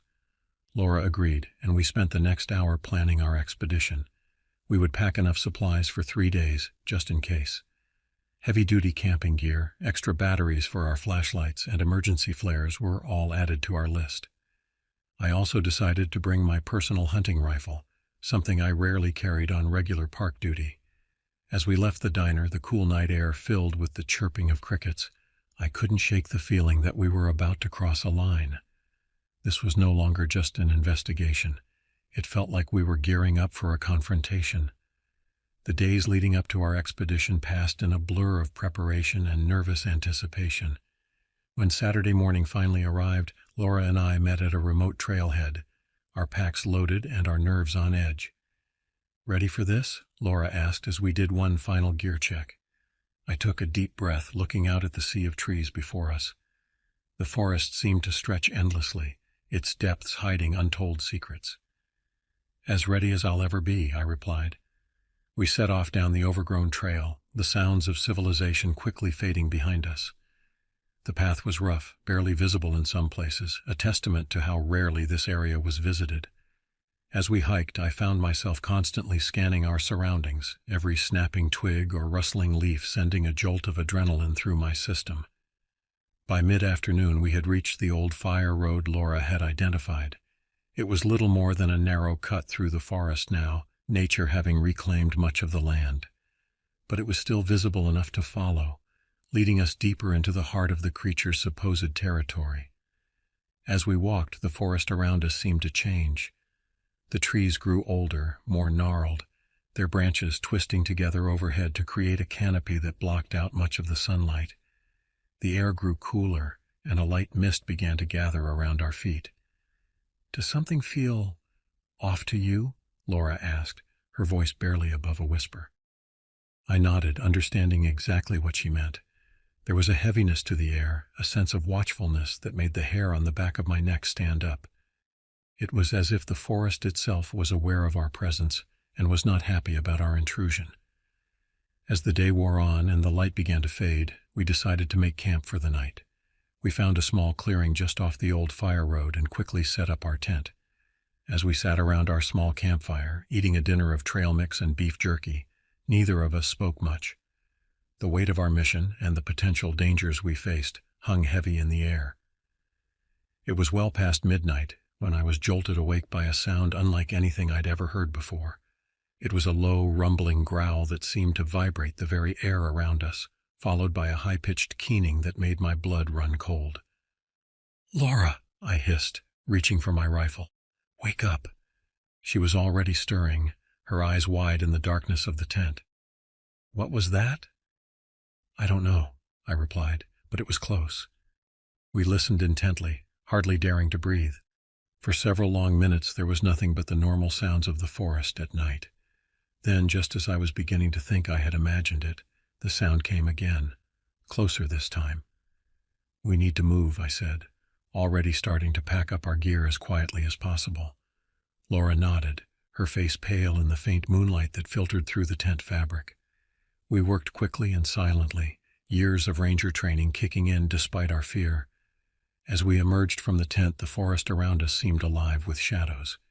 Every tree, every bush could have been hiding our unseen stalker. We doused our fire and shouldered our packs, moving back to the old fire road with as much stealth as we could muster. We had only gone a few hundred yards when Laura suddenly grabbed my arm, pointing ahead. There, in the middle of the overgrown road, stood a figure that made my heart stop.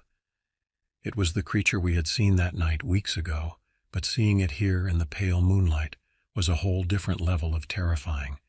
It stood at least 8 feet tall, its body a mass of matted fur and rippling muscle. But it was the face that truly chilled me to the bone. It was a twisted parody of something almost human, with eyes that glowed with an unnatural intelligence. For a moment that seemed to stretch into eternity, we stood frozen, locked in a staring contest with a monster out of nightmare. Then, with a roar that shook leaves from the trees, it charged. "Run!" I yelled, shoving Laura ahead of me. We crashed through the underbrush, all attempts at stealth abandoned in our desperation to escape. I could hear the creature behind us, its heavy footfalls gaining ground with terrifying speed. As we ran, the forest around us seemed to come alive. Branches whipped at our faces, roots reached up to trip us.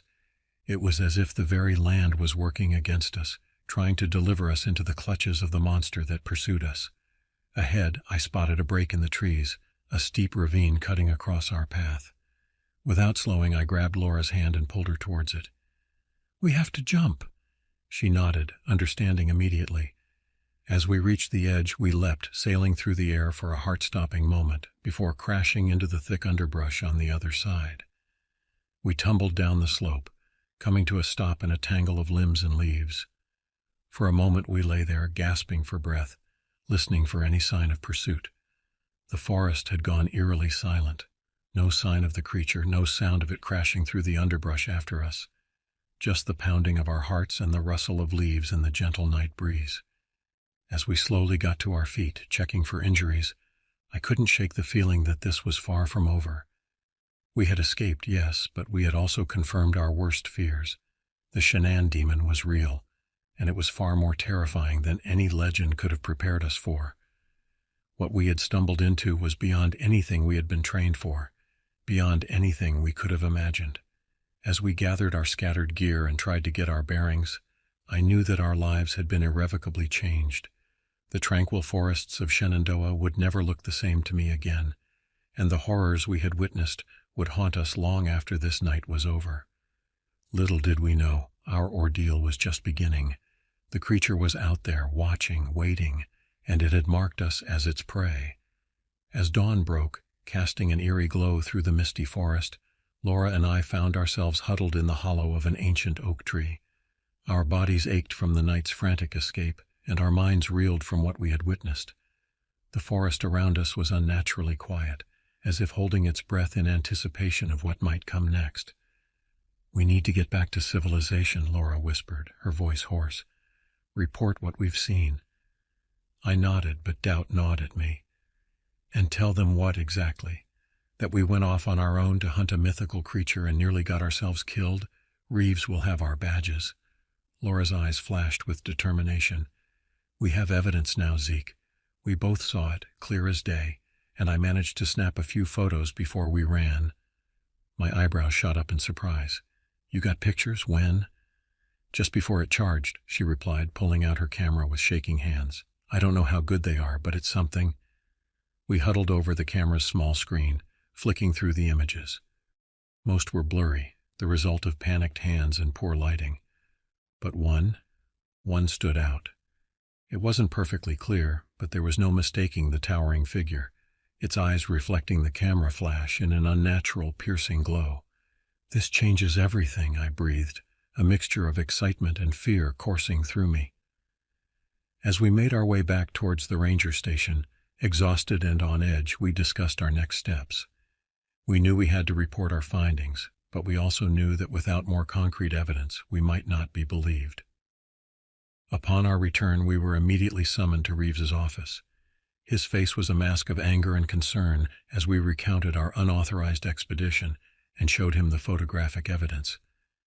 "I ought to fire both of you on the spot," he growled, but there was a hint of fear in his eyes as he studied the photos. "But given what you've brought back, we need to handle this carefully."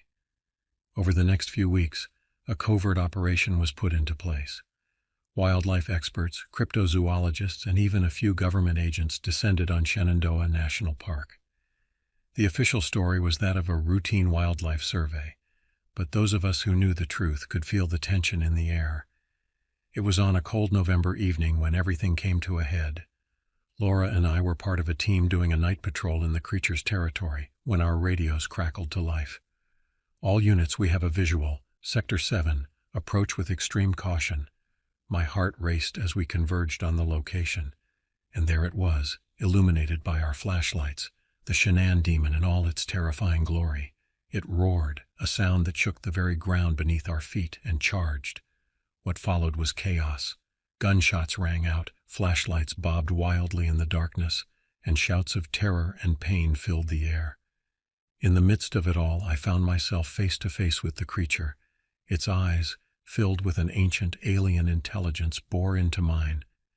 In that moment, I understood that this was no mere animal, but something far more complex and terrifying. The battle in the forest that night changed everything. The creature was eventually brought down, but not before it had claimed several lives. The aftermath was a whirlwind of government cover-ups, scientific studies, and heated debates about the nature of the creature and its origins. Laura and I were hailed as heroes by some and reckless fools by others. But as the dust settled and life in Shenandoah National Park slowly returned to a semblance of normalcy, we found ourselves forever changed by our encounter with the unknown. Years have passed since that fateful night, and I still serve as a ranger in Shenandoah. But now, as I patrol the quiet trails and serene vistas, I carry with me the knowledge that the world is far stranger and more mysterious than most people realize.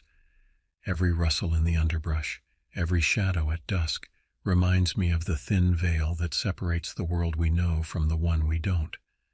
To this day, rumors persist of other creatures lurking in the deep woods of Shenandoah, and sometimes, on quiet nights when the mist rolls in and the moon is high, I swear I can hear a distant otherworldly howl echoing through the ancient hills. It serves as a reminder that there are some mysteries that can never truly be solved, some secrets that the forest will always keep. As I stand at the overlook, watching the sun set over the rolling hills of Shenandoah, I can't help but wonder, what other secrets lie hidden in the heart of these ancient forests? And are we truly ready to face them?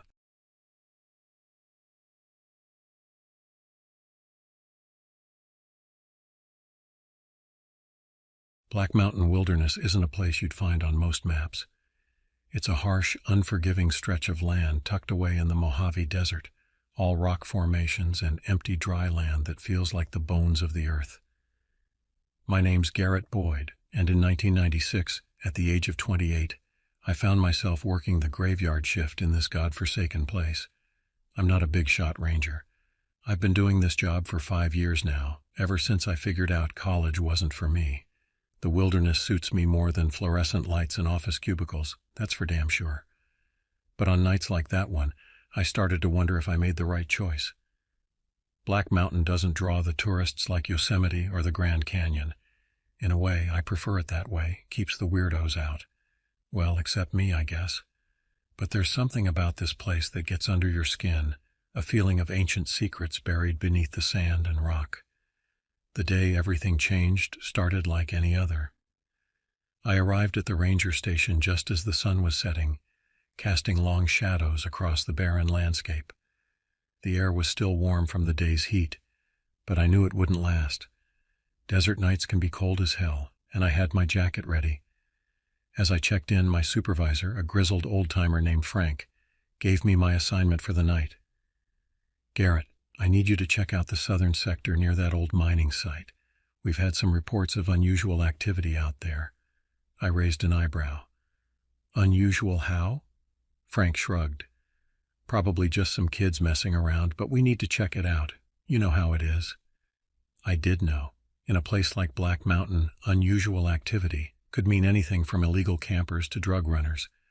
But something in Frank's tone made me uneasy. He wasn't telling me everything. As I headed out in my truck, the last rays of sunlight disappeared behind the mountains, plunging the desert into darkness.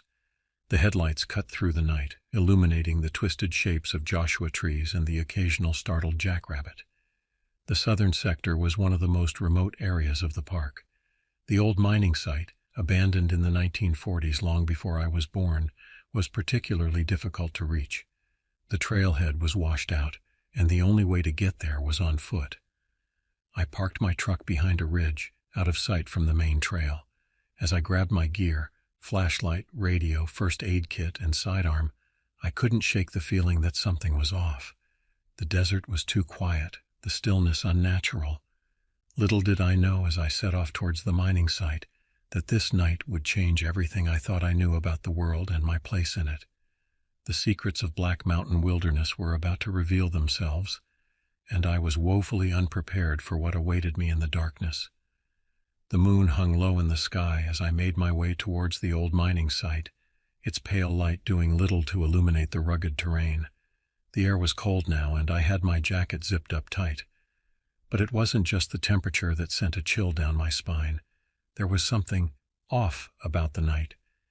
Now, the thing about working in a desert wilderness is you get used to weird sounds: coyotes, snakes, hell, even the occasional feral dog. But this was different. I first heard it when I crossed over a ridge, the sound of something heavy moving across the dry brush. At first I chalked it up to the wind. It's amazing how the desert can trick you, but I know better than to trust my ears out here.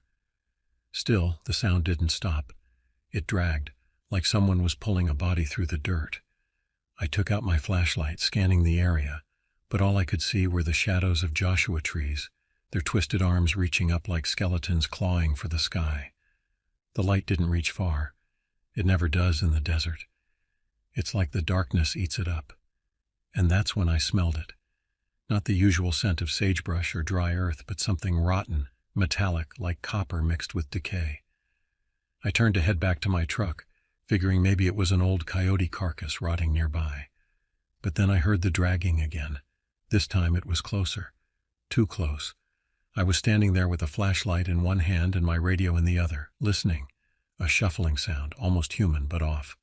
I couldn't tell if it was coming from my left or right, so I just stood there like an idiot, waiting for whatever was out there to make its next move. Then I heard a crack. Not a branch. There's not enough trees for that, but something solid snapping. I swung my flashlight around, the beam slicing through the dark. That's when I saw it. A figure hunched over, dragging something bulky behind it. I froze. My first thought was that it was some vagrant, maybe a drifter who had gotten lost out here. But as the light hit its back, I realized how wrong I was. This thing, whatever it was massive, covered in coarse fur that stuck to its body in clumps like it hadn't bathed in weeks, maybe months. Its arms were long, too long, dragging some poor creature along the ground. But that wasn't what made my blood run cold. Its legs bent the wrong way, backward like a bird, and they were thick, muscular, built for running. This thing wasn't natural, and it sure as hell wasn't human. I tried to move, but I felt rooted to the spot. My brain was screaming at me to turn and run, but my legs wouldn't respond. It didn't make any noise.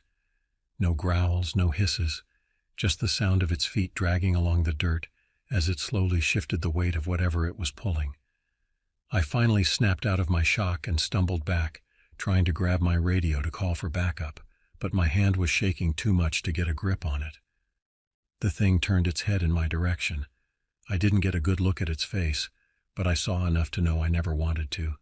It had something in its mouth, something red and stringy. I gagged. The creature turned its attention back to its task and started dragging its kill again. I don't know if it even noticed me or just didn't care. My feet finally found the courage to move, and I bolted back toward the ridge, sliding down loose rocks and kicking up dirt. I ran faster than I ever thought possible, heart pounding so hard in my chest I thought it might burst. I didn't stop until I saw the faint outline of my truck in the distance, headlights off, hidden behind the ridgeline. I dove into the cab, slamming the door shut behind me. My fingers fumbled to get the keys into the ignition. For a few agonizing seconds, the engine wouldn't start, the truck sputtering like it wanted to die right there with me in it. I cursed under my breath, and just as I was about to lose it, the engine roared to life. I didn't wait to see if the thing followed me. I tore out of there like my life depended on it, which, at that moment, it probably did. As I drove through the wilderness, not stopping until I was back at the ranger station, my mind was racing, trying to make sense of what I had just seen. But nothing made sense. How do you explain a creature that doesn't fit into anything you've ever known? It didn't belong in this world, yet there it was, dragging its prize through the desert. Little did I know this encounter was just the beginning. The horrors that awaited me in Black Mountain Wilderness were far beyond anything I could have imagined, and they were about to change my life forever. When I got back to the ranger station, I sat in the parking lot for what felt like hours, trying to catch my breath, my hands shaking on the steering wheel. The events of the night replayed in my mind like a broken record, the dragging sound, the legs bending the wrong way, the way it had looked at me without seeing me. I thought about calling it in, telling someone what happened, but what the hell was I supposed to say? No one would believe me. I barely believed it myself. So I sat there staring at the dashboard, wondering if maybe I'd lost it. Maybe the desert had finally driven me mad. But then I remembered the smell, that rancid metallic stench. That was real. That wasn't something you imagine. Finally, I mustered up the courage to go inside. Frank was still there, doing paperwork at his desk. He looked up as I walked in, his brow furrowing at the sight of me. "Garrett, you look like you've seen a ghost. Everything all right out there?" I opened my mouth to speak, but no words came out. How could I possibly explain what I'd seen? In the harsh fluorescent light of the station, it all seemed so impossible. I didn't find anything," I lied. "Just some coyotes making a racket, probably what spooked the campers." Frank nodded, but I could tell he didn't quite buy it. "All right, well, write up your report and head on home. You look like you could use some rest." I nodded numbly and sat down at my desk. As I stared at the blank incident report form, I realized I was at a crossroads. I could tell the truth and risk being labeled as crazy, or I could lie and pretend nothing happened. In the end, I chose the latter. I filled out the form with a fabricated account of a routine patrol, signed it, and left it on Frank's desk. As I walked out of the station, I felt a weight settle on my shoulders. I was now carrying a secret that I couldn't share with anyone. For the next few nights, I couldn't sleep. Every noise outside my window made me jump. Every gust of wind or crack of a branch made me think it had followed me home. But the nights passed without incident, and eventually I convinced myself that whatever it was, it stayed out in the desert where it belonged. A couple of weeks later, I heard something on the radio about a missing hiker. They found his body, or what was left of it, not far from the old mining site. I knew right then what had happened, but I didn't say a word. The official report said he had been attacked by a mountain lion, that his injuries were consistent with a large predator. I let them believe that. It was easier for everyone that way. But I knew better. I drove out to the spot where they found the hiker, parked my truck, and sat there for a while, looking out at the barren landscape. The sun was setting, casting long shadows across the desert. It was quiet, peaceful even. Hard to believe that something so awful could happen in a place like this. But I knew the truth, and that truth was far worse than anything I'd ever imagined. As I sat there watching the last rays of sunlight disappear behind the mountains, I realized that my life had irrevocably changed. I was now privy to a secret that defied explanation, a horror that lurked in the shadows of this forgotten wilderness. I couldn't shake the feeling that this was just the beginning. That creature, whatever it was still out there. And something told me that our paths would cross again. The thought sent a shiver down my spine. As I started my truck and began the drive back to the station, I made a silent vow. I would uncover the truth about what was happening in Black Mountain Wilderness, no matter the cost. Little did I know the price of that knowledge would be higher than I could ever have imagined. The desert might keep its secrets, but I was determined to unravel them. And in doing so, I was about to embark on a journey that would test the limits of my sanity and challenge everything I thought I knew about the world around me. In the weeks that followed my encounter with the creature, I found myself obsessed with uncovering the truth about what was happening in Black Mountain Wilderness. I spent my off hours combing through old reports, looking for any hint of similar incidents in the past. Most of what I found was mundane: lost hikers, minor injuries, the occasional wildlife sighting. But every now and then, I'd come across something that made my blood run cold. There were reports dating back decades of strange noises in the night, of campers going missing without a trace, of rangers encountering things they couldn't explain.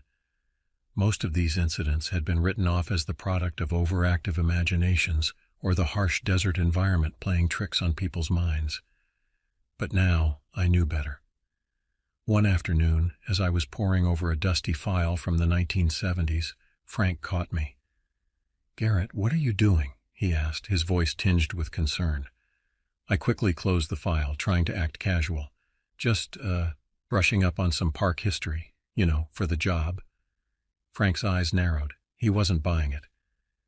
"Look, son, I know that night a few weeks back shook you up, but you need to let it go. Whatever you think you saw out there." "I know what I saw," I interrupted, my voice sharper than I intended. Frank sighed, running a hand through his thinning hair. "Garrett, I've been working these parks for over 30 years. The desert, it does things to your mind, makes you see things that aren't there. Trust me, it's better to just forget about it and move on." But I couldn't forget, and I couldn't move on. The image of that creature was burned into my mind, and I knew I wouldn't rest until I understood what was really going on in this God-forsaken place. As the days turned into weeks, I began to notice subtle changes in the park. Wildlife seemed scarcer, the nights quieter. It was as if the very land was holding its breath, waiting for something to happen. Then one night, about a month after my encounter, I got my chance to dig deeper. I was assigned to patrol the eastern sector, an area not far from where I had first seen the creature. As I drove out into the darkness, my heart raced with a mixture of fear and anticipation. The eastern sector was even more desolate than the southern one. Rocky outcroppings jutted from the earth like the bones of some ancient, long-dead giant. The moonlight cast eerie shadows across the landscape, turning familiar shapes into monstrous silhouettes. I parked my truck and set out on foot, my flashlight beam cutting through the darkness. Every sound, every movement in the shadows set my nerves on edge, but I pressed on, determined to find some answers. After about an hour of hiking, I came across something that made me stop in my tracks.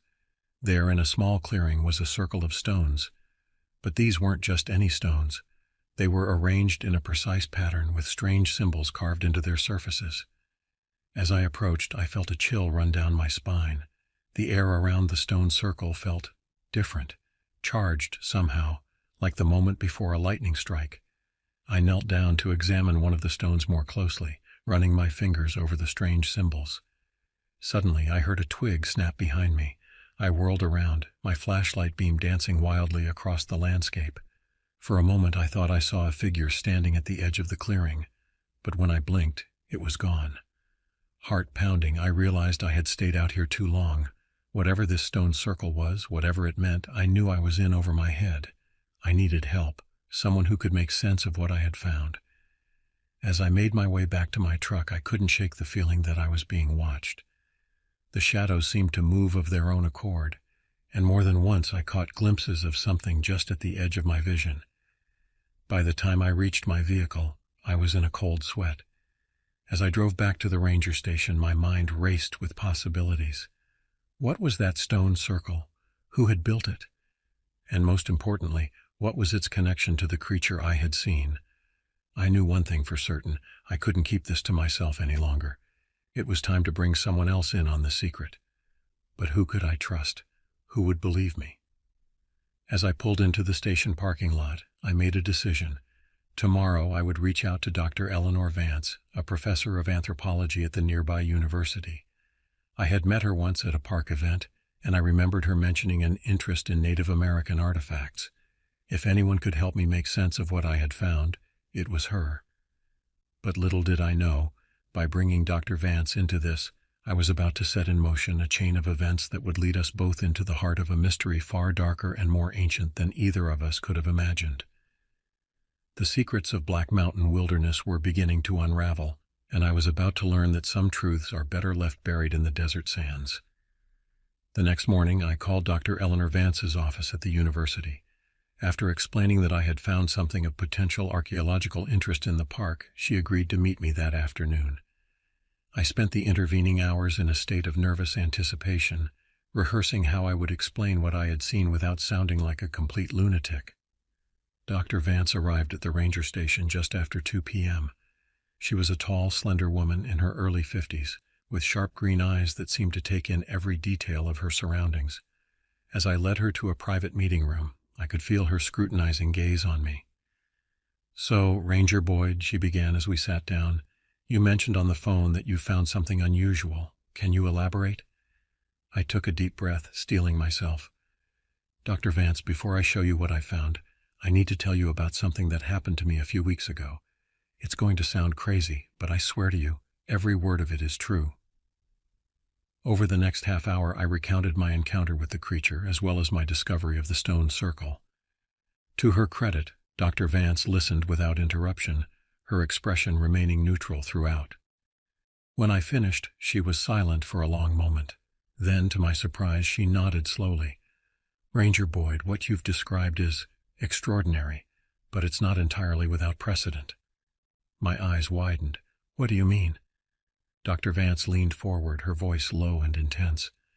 "There are stories, ancient legends from the indigenous tribes of this area that speak of creatures not unlike what you've described. Beings that walk between our world and something else. The stone circle you found may be connected to these legends." She paused, studying my face. "I'd like to see this circle for myself. Can you take me there?" I nodded, relief washing over me. She believed me. Or at least, she was willing to consider the possibility that what I had seen was real. As we drove out to the eastern sector, Dr. Vance filled me in on some of the legends she had mentioned. The local tribe spoke of a time long ago when the desert was a different place, teeming with life and strange, powerful beings.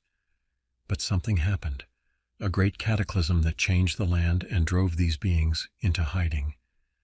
According to the legends, Dr. Vance explained, there are still places where the veil between worlds is thin, places where these beings can cross over, if the conditions are right.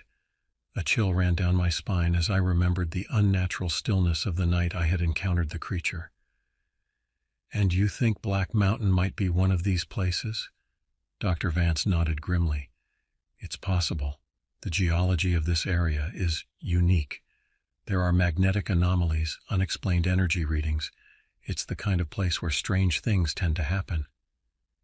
As we neared the location of the stone circle, an uneasy feeling settled over me. The air seemed thicker somehow, charged with an energy I couldn't explain. Dr. Vance must have felt it too because she fell silent, her eyes scanning the landscape intently. We parked the truck and set out on foot. As we approached the clearing where I had found the circle, I noticed something odd. The vegetation seemed different, more lush, almost tropical. It was as if we had stepped into a completely different ecosystem. "This isn't right," I muttered, my hand instinctively moving to the sidearm at my hip. Dr. Vance nodded, her face pale. "The legends speak of this too, areas around the thin places, where reality itself seems to warp and change." As we entered the clearing, both of us stopped short. The stone circle was there, just as I had left it. But now, in the center of the circle, stood a tall, angular stone pillar that I was certain hadn't been there before. Dr. Vance approached it cautiously, her eyes wide with a mixture of fear and academic excitement. "This is incredible. The markings on this pillar, they're unlike anything I've ever seen." I hung back, scanning the edges of the clearing. The feeling of being watched was back, stronger than ever. Shadows seemed to move at the corner of my vision, and I could have sworn I heard whispers on the wind. "Dr. Vance," I said, my voice tight, "I think we should go. Something's not right here." She turned to look at me, her mouth open to protest. But before she could speak, a low, rumbling growl echoed through the clearing. It was a sound I recognized all too well. "Run!" I shouted, grabbing Dr. Vance's arm and pulling her towards the path back to the truck. As we fled, I risked a glance back over my shoulder. What I saw nearly stopped my heart. The creature from that night weeks ago was there, emerging from behind the stone pillar. But it wasn't alone. Two more of its kind flanked it, their eyes glowing with an otherworldly light. We ran faster than I thought possible, branches whipping at our faces as we crashed through the underbrush.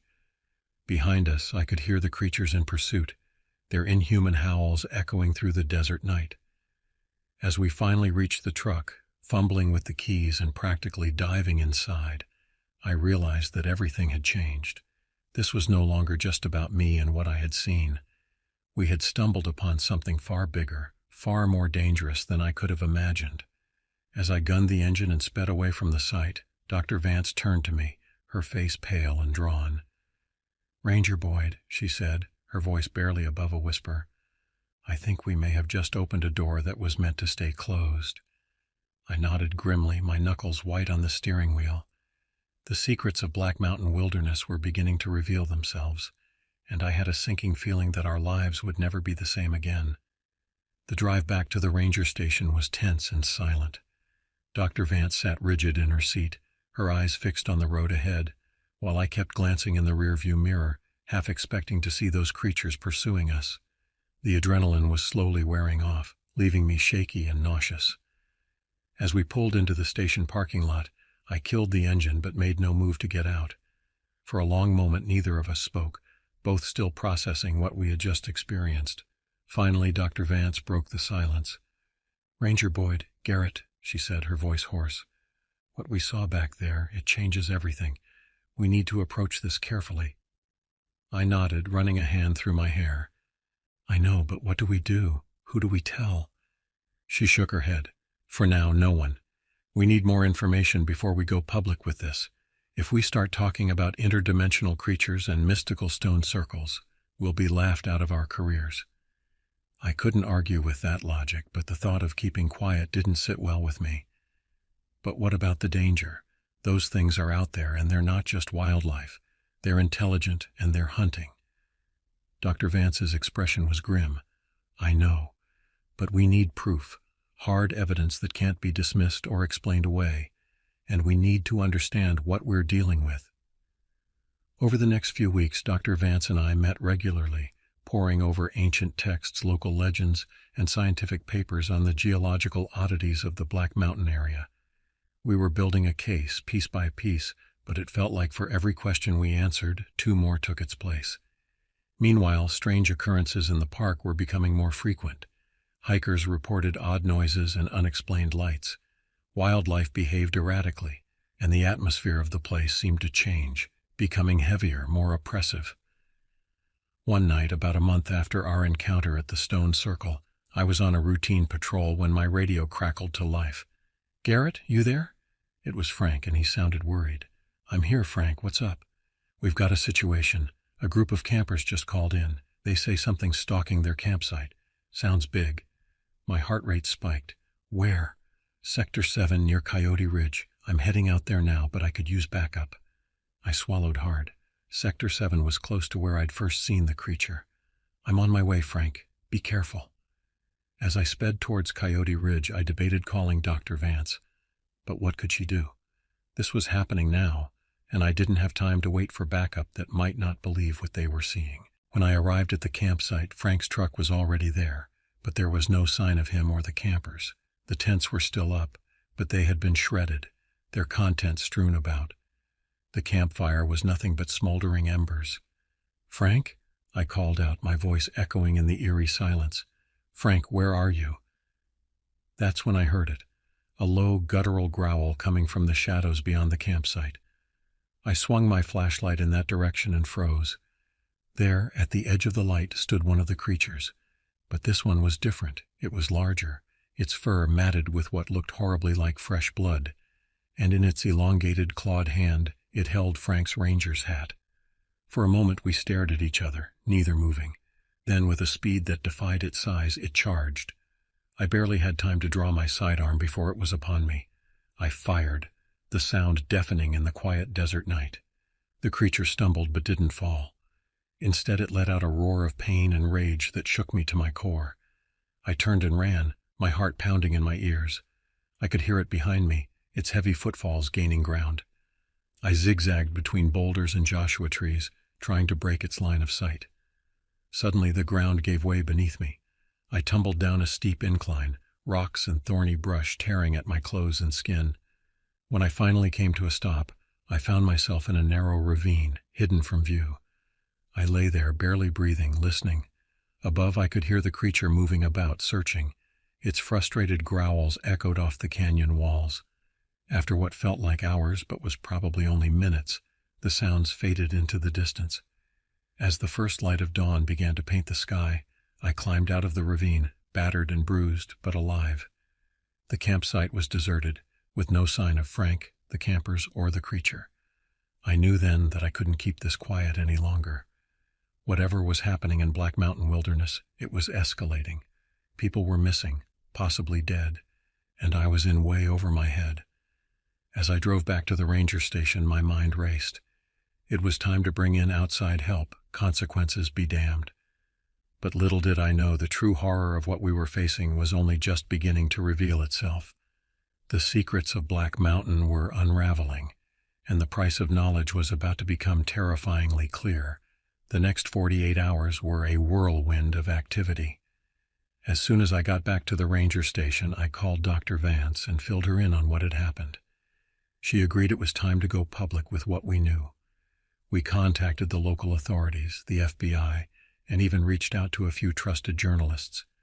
At first, we were met with skepticism and disbelief, but as more people went missing and strange sightings increased, the tide began to turn. A task force was assembled, combining local law enforcement, federal agents, and scientific experts. Dr. Vance and I found ourselves at the center of it all, trying to explain the unexplainable. The park was closed to the public, and a perimeter was established around the area where we had encountered the creatures.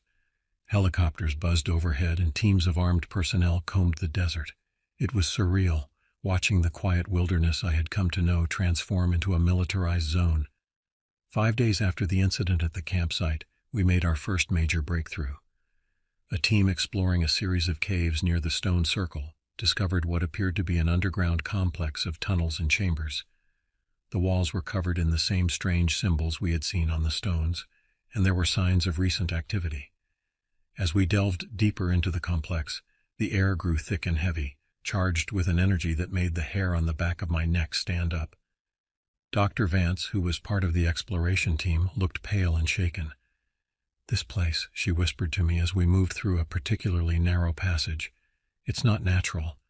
The geology, the atmosphere, it's as if reality itself is warped here." I nodded grimly, my hand tightening on my rifle. We had been issued military-grade weapons after the encounter at the campsite, but in the face of what we were dealing with, they felt woefully inadequate. As we emerged into a large circular chamber, everyone stopped short. In the center of the room stood a structure that defied description. It was like a pillar of swirling energy, pulsing with colors that hurt to look at directly. Around its base were more of the creatures we had encountered, but they were different, more human-like in appearance, yet still undeniably alien. They turned to face us as we entered, their eyes glowing with an otherworldly intelligence. For a moment, no one moved. Then one of the creatures stepped forward and, to our shock, spoke. "You have come," it said, its voice a raspy whisper that seemed to echo in our minds rather than our ears. "The cycle nears its end. The merging begins." Before anyone could respond, the pillar of energy pulsed violently. The air crackled with electricity, and I felt a sensation like the world was being torn apart around us. The creatures began to chant in a language that hurt to hear, their forms shifting and changing as the energy from the pillar washed over them. "Fall back," I yelled, grabbing Dr. Vance and pulling her towards the exit. But it was too late. The pillar exploded in a blinding flash of light, and I felt myself being thrown backwards.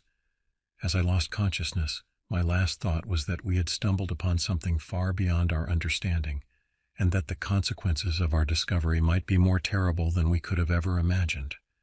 When I came to, I was lying on the desert floor outside the cave entrance. The sky above was a swirling mass of unnatural colors, and the air felt thick and strange. As I struggled to my feet, I saw that the landscape had changed. Bizarre alien vegetation had sprouted from the once barren ground, and in the distance I could see structures that defied the laws of physics. Dr. Vance was nearby, helping others to their feet. Her face was a mask of shock and awe. "Garrett," she said as I approached, I think we've triggered some kind of interdimensional event. The barrier between our world and whatever is on the other side. It's breaking down." As if to punctuate her words, a massive otherworldly creature soared overhead, its multiple wings casting strange shadows on the transformed landscape below. I realized then that we were no longer dealing with just a local phenomenon. The secrets of Black Mountain had been unleashed, and the world as we knew it would never be the same. We had opened a door that was never meant to be opened, and now we had to face the consequences of our actions. As more alien creatures began to emerge from the cave and strange energies coursed through the air around us, I knew that the real battle was just beginning.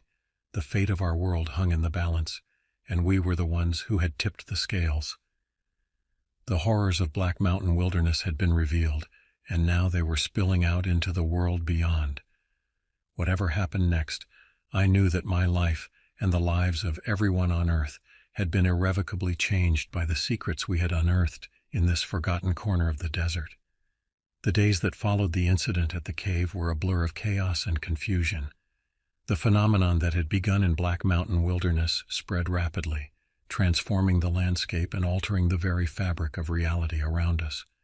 The military quarantined a vast area, but it was like trying to hold back the tide with bare hands.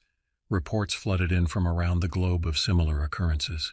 Strange creatures appearing in city streets, bizarre plant life sprouting in suburban backyards, and inexplicable weather patterns that defied all known meteorological models. The world was changing, and humanity was struggling to adapt. Dr. Vance and I found ourselves at the forefront of efforts to understand and contain what was happening. We worked tirelessly with scientists, military personnel, and even mystics and occultists, trying to make sense of the new reality we had inadvertently unleashed. It's like the walls between dimensions are crumbling, Dr. Vance explained during one particularly tense briefing with government officials. What we're seeing is a merging of our world with something else, something ancient and utterly alien to our understanding. I watched the faces of the men and women around the table, seeing the fear and disbelief in their eyes. They were leaders, decision-makers, people used to being in control. But in the face of this, they were as lost as the rest of us. As the weeks turned into months, a new normal began to emerge. People adapted as they always do. Communities formed around the changed areas, studying the new flora and fauna, learning to navigate the altered landscapes. Some even began to develop abilities, psychic powers, physical transformations, as if the human body and mind were evolving to match our new environment. But it wasn't all peaceful coexistence. Conflicts arose between those who embraced the changes and those who fought against them. Religious groups declared it the end times, while others saw it as a new beginning for humanity. Governments struggled to maintain order in a world where the laws of physics could no longer be relied upon.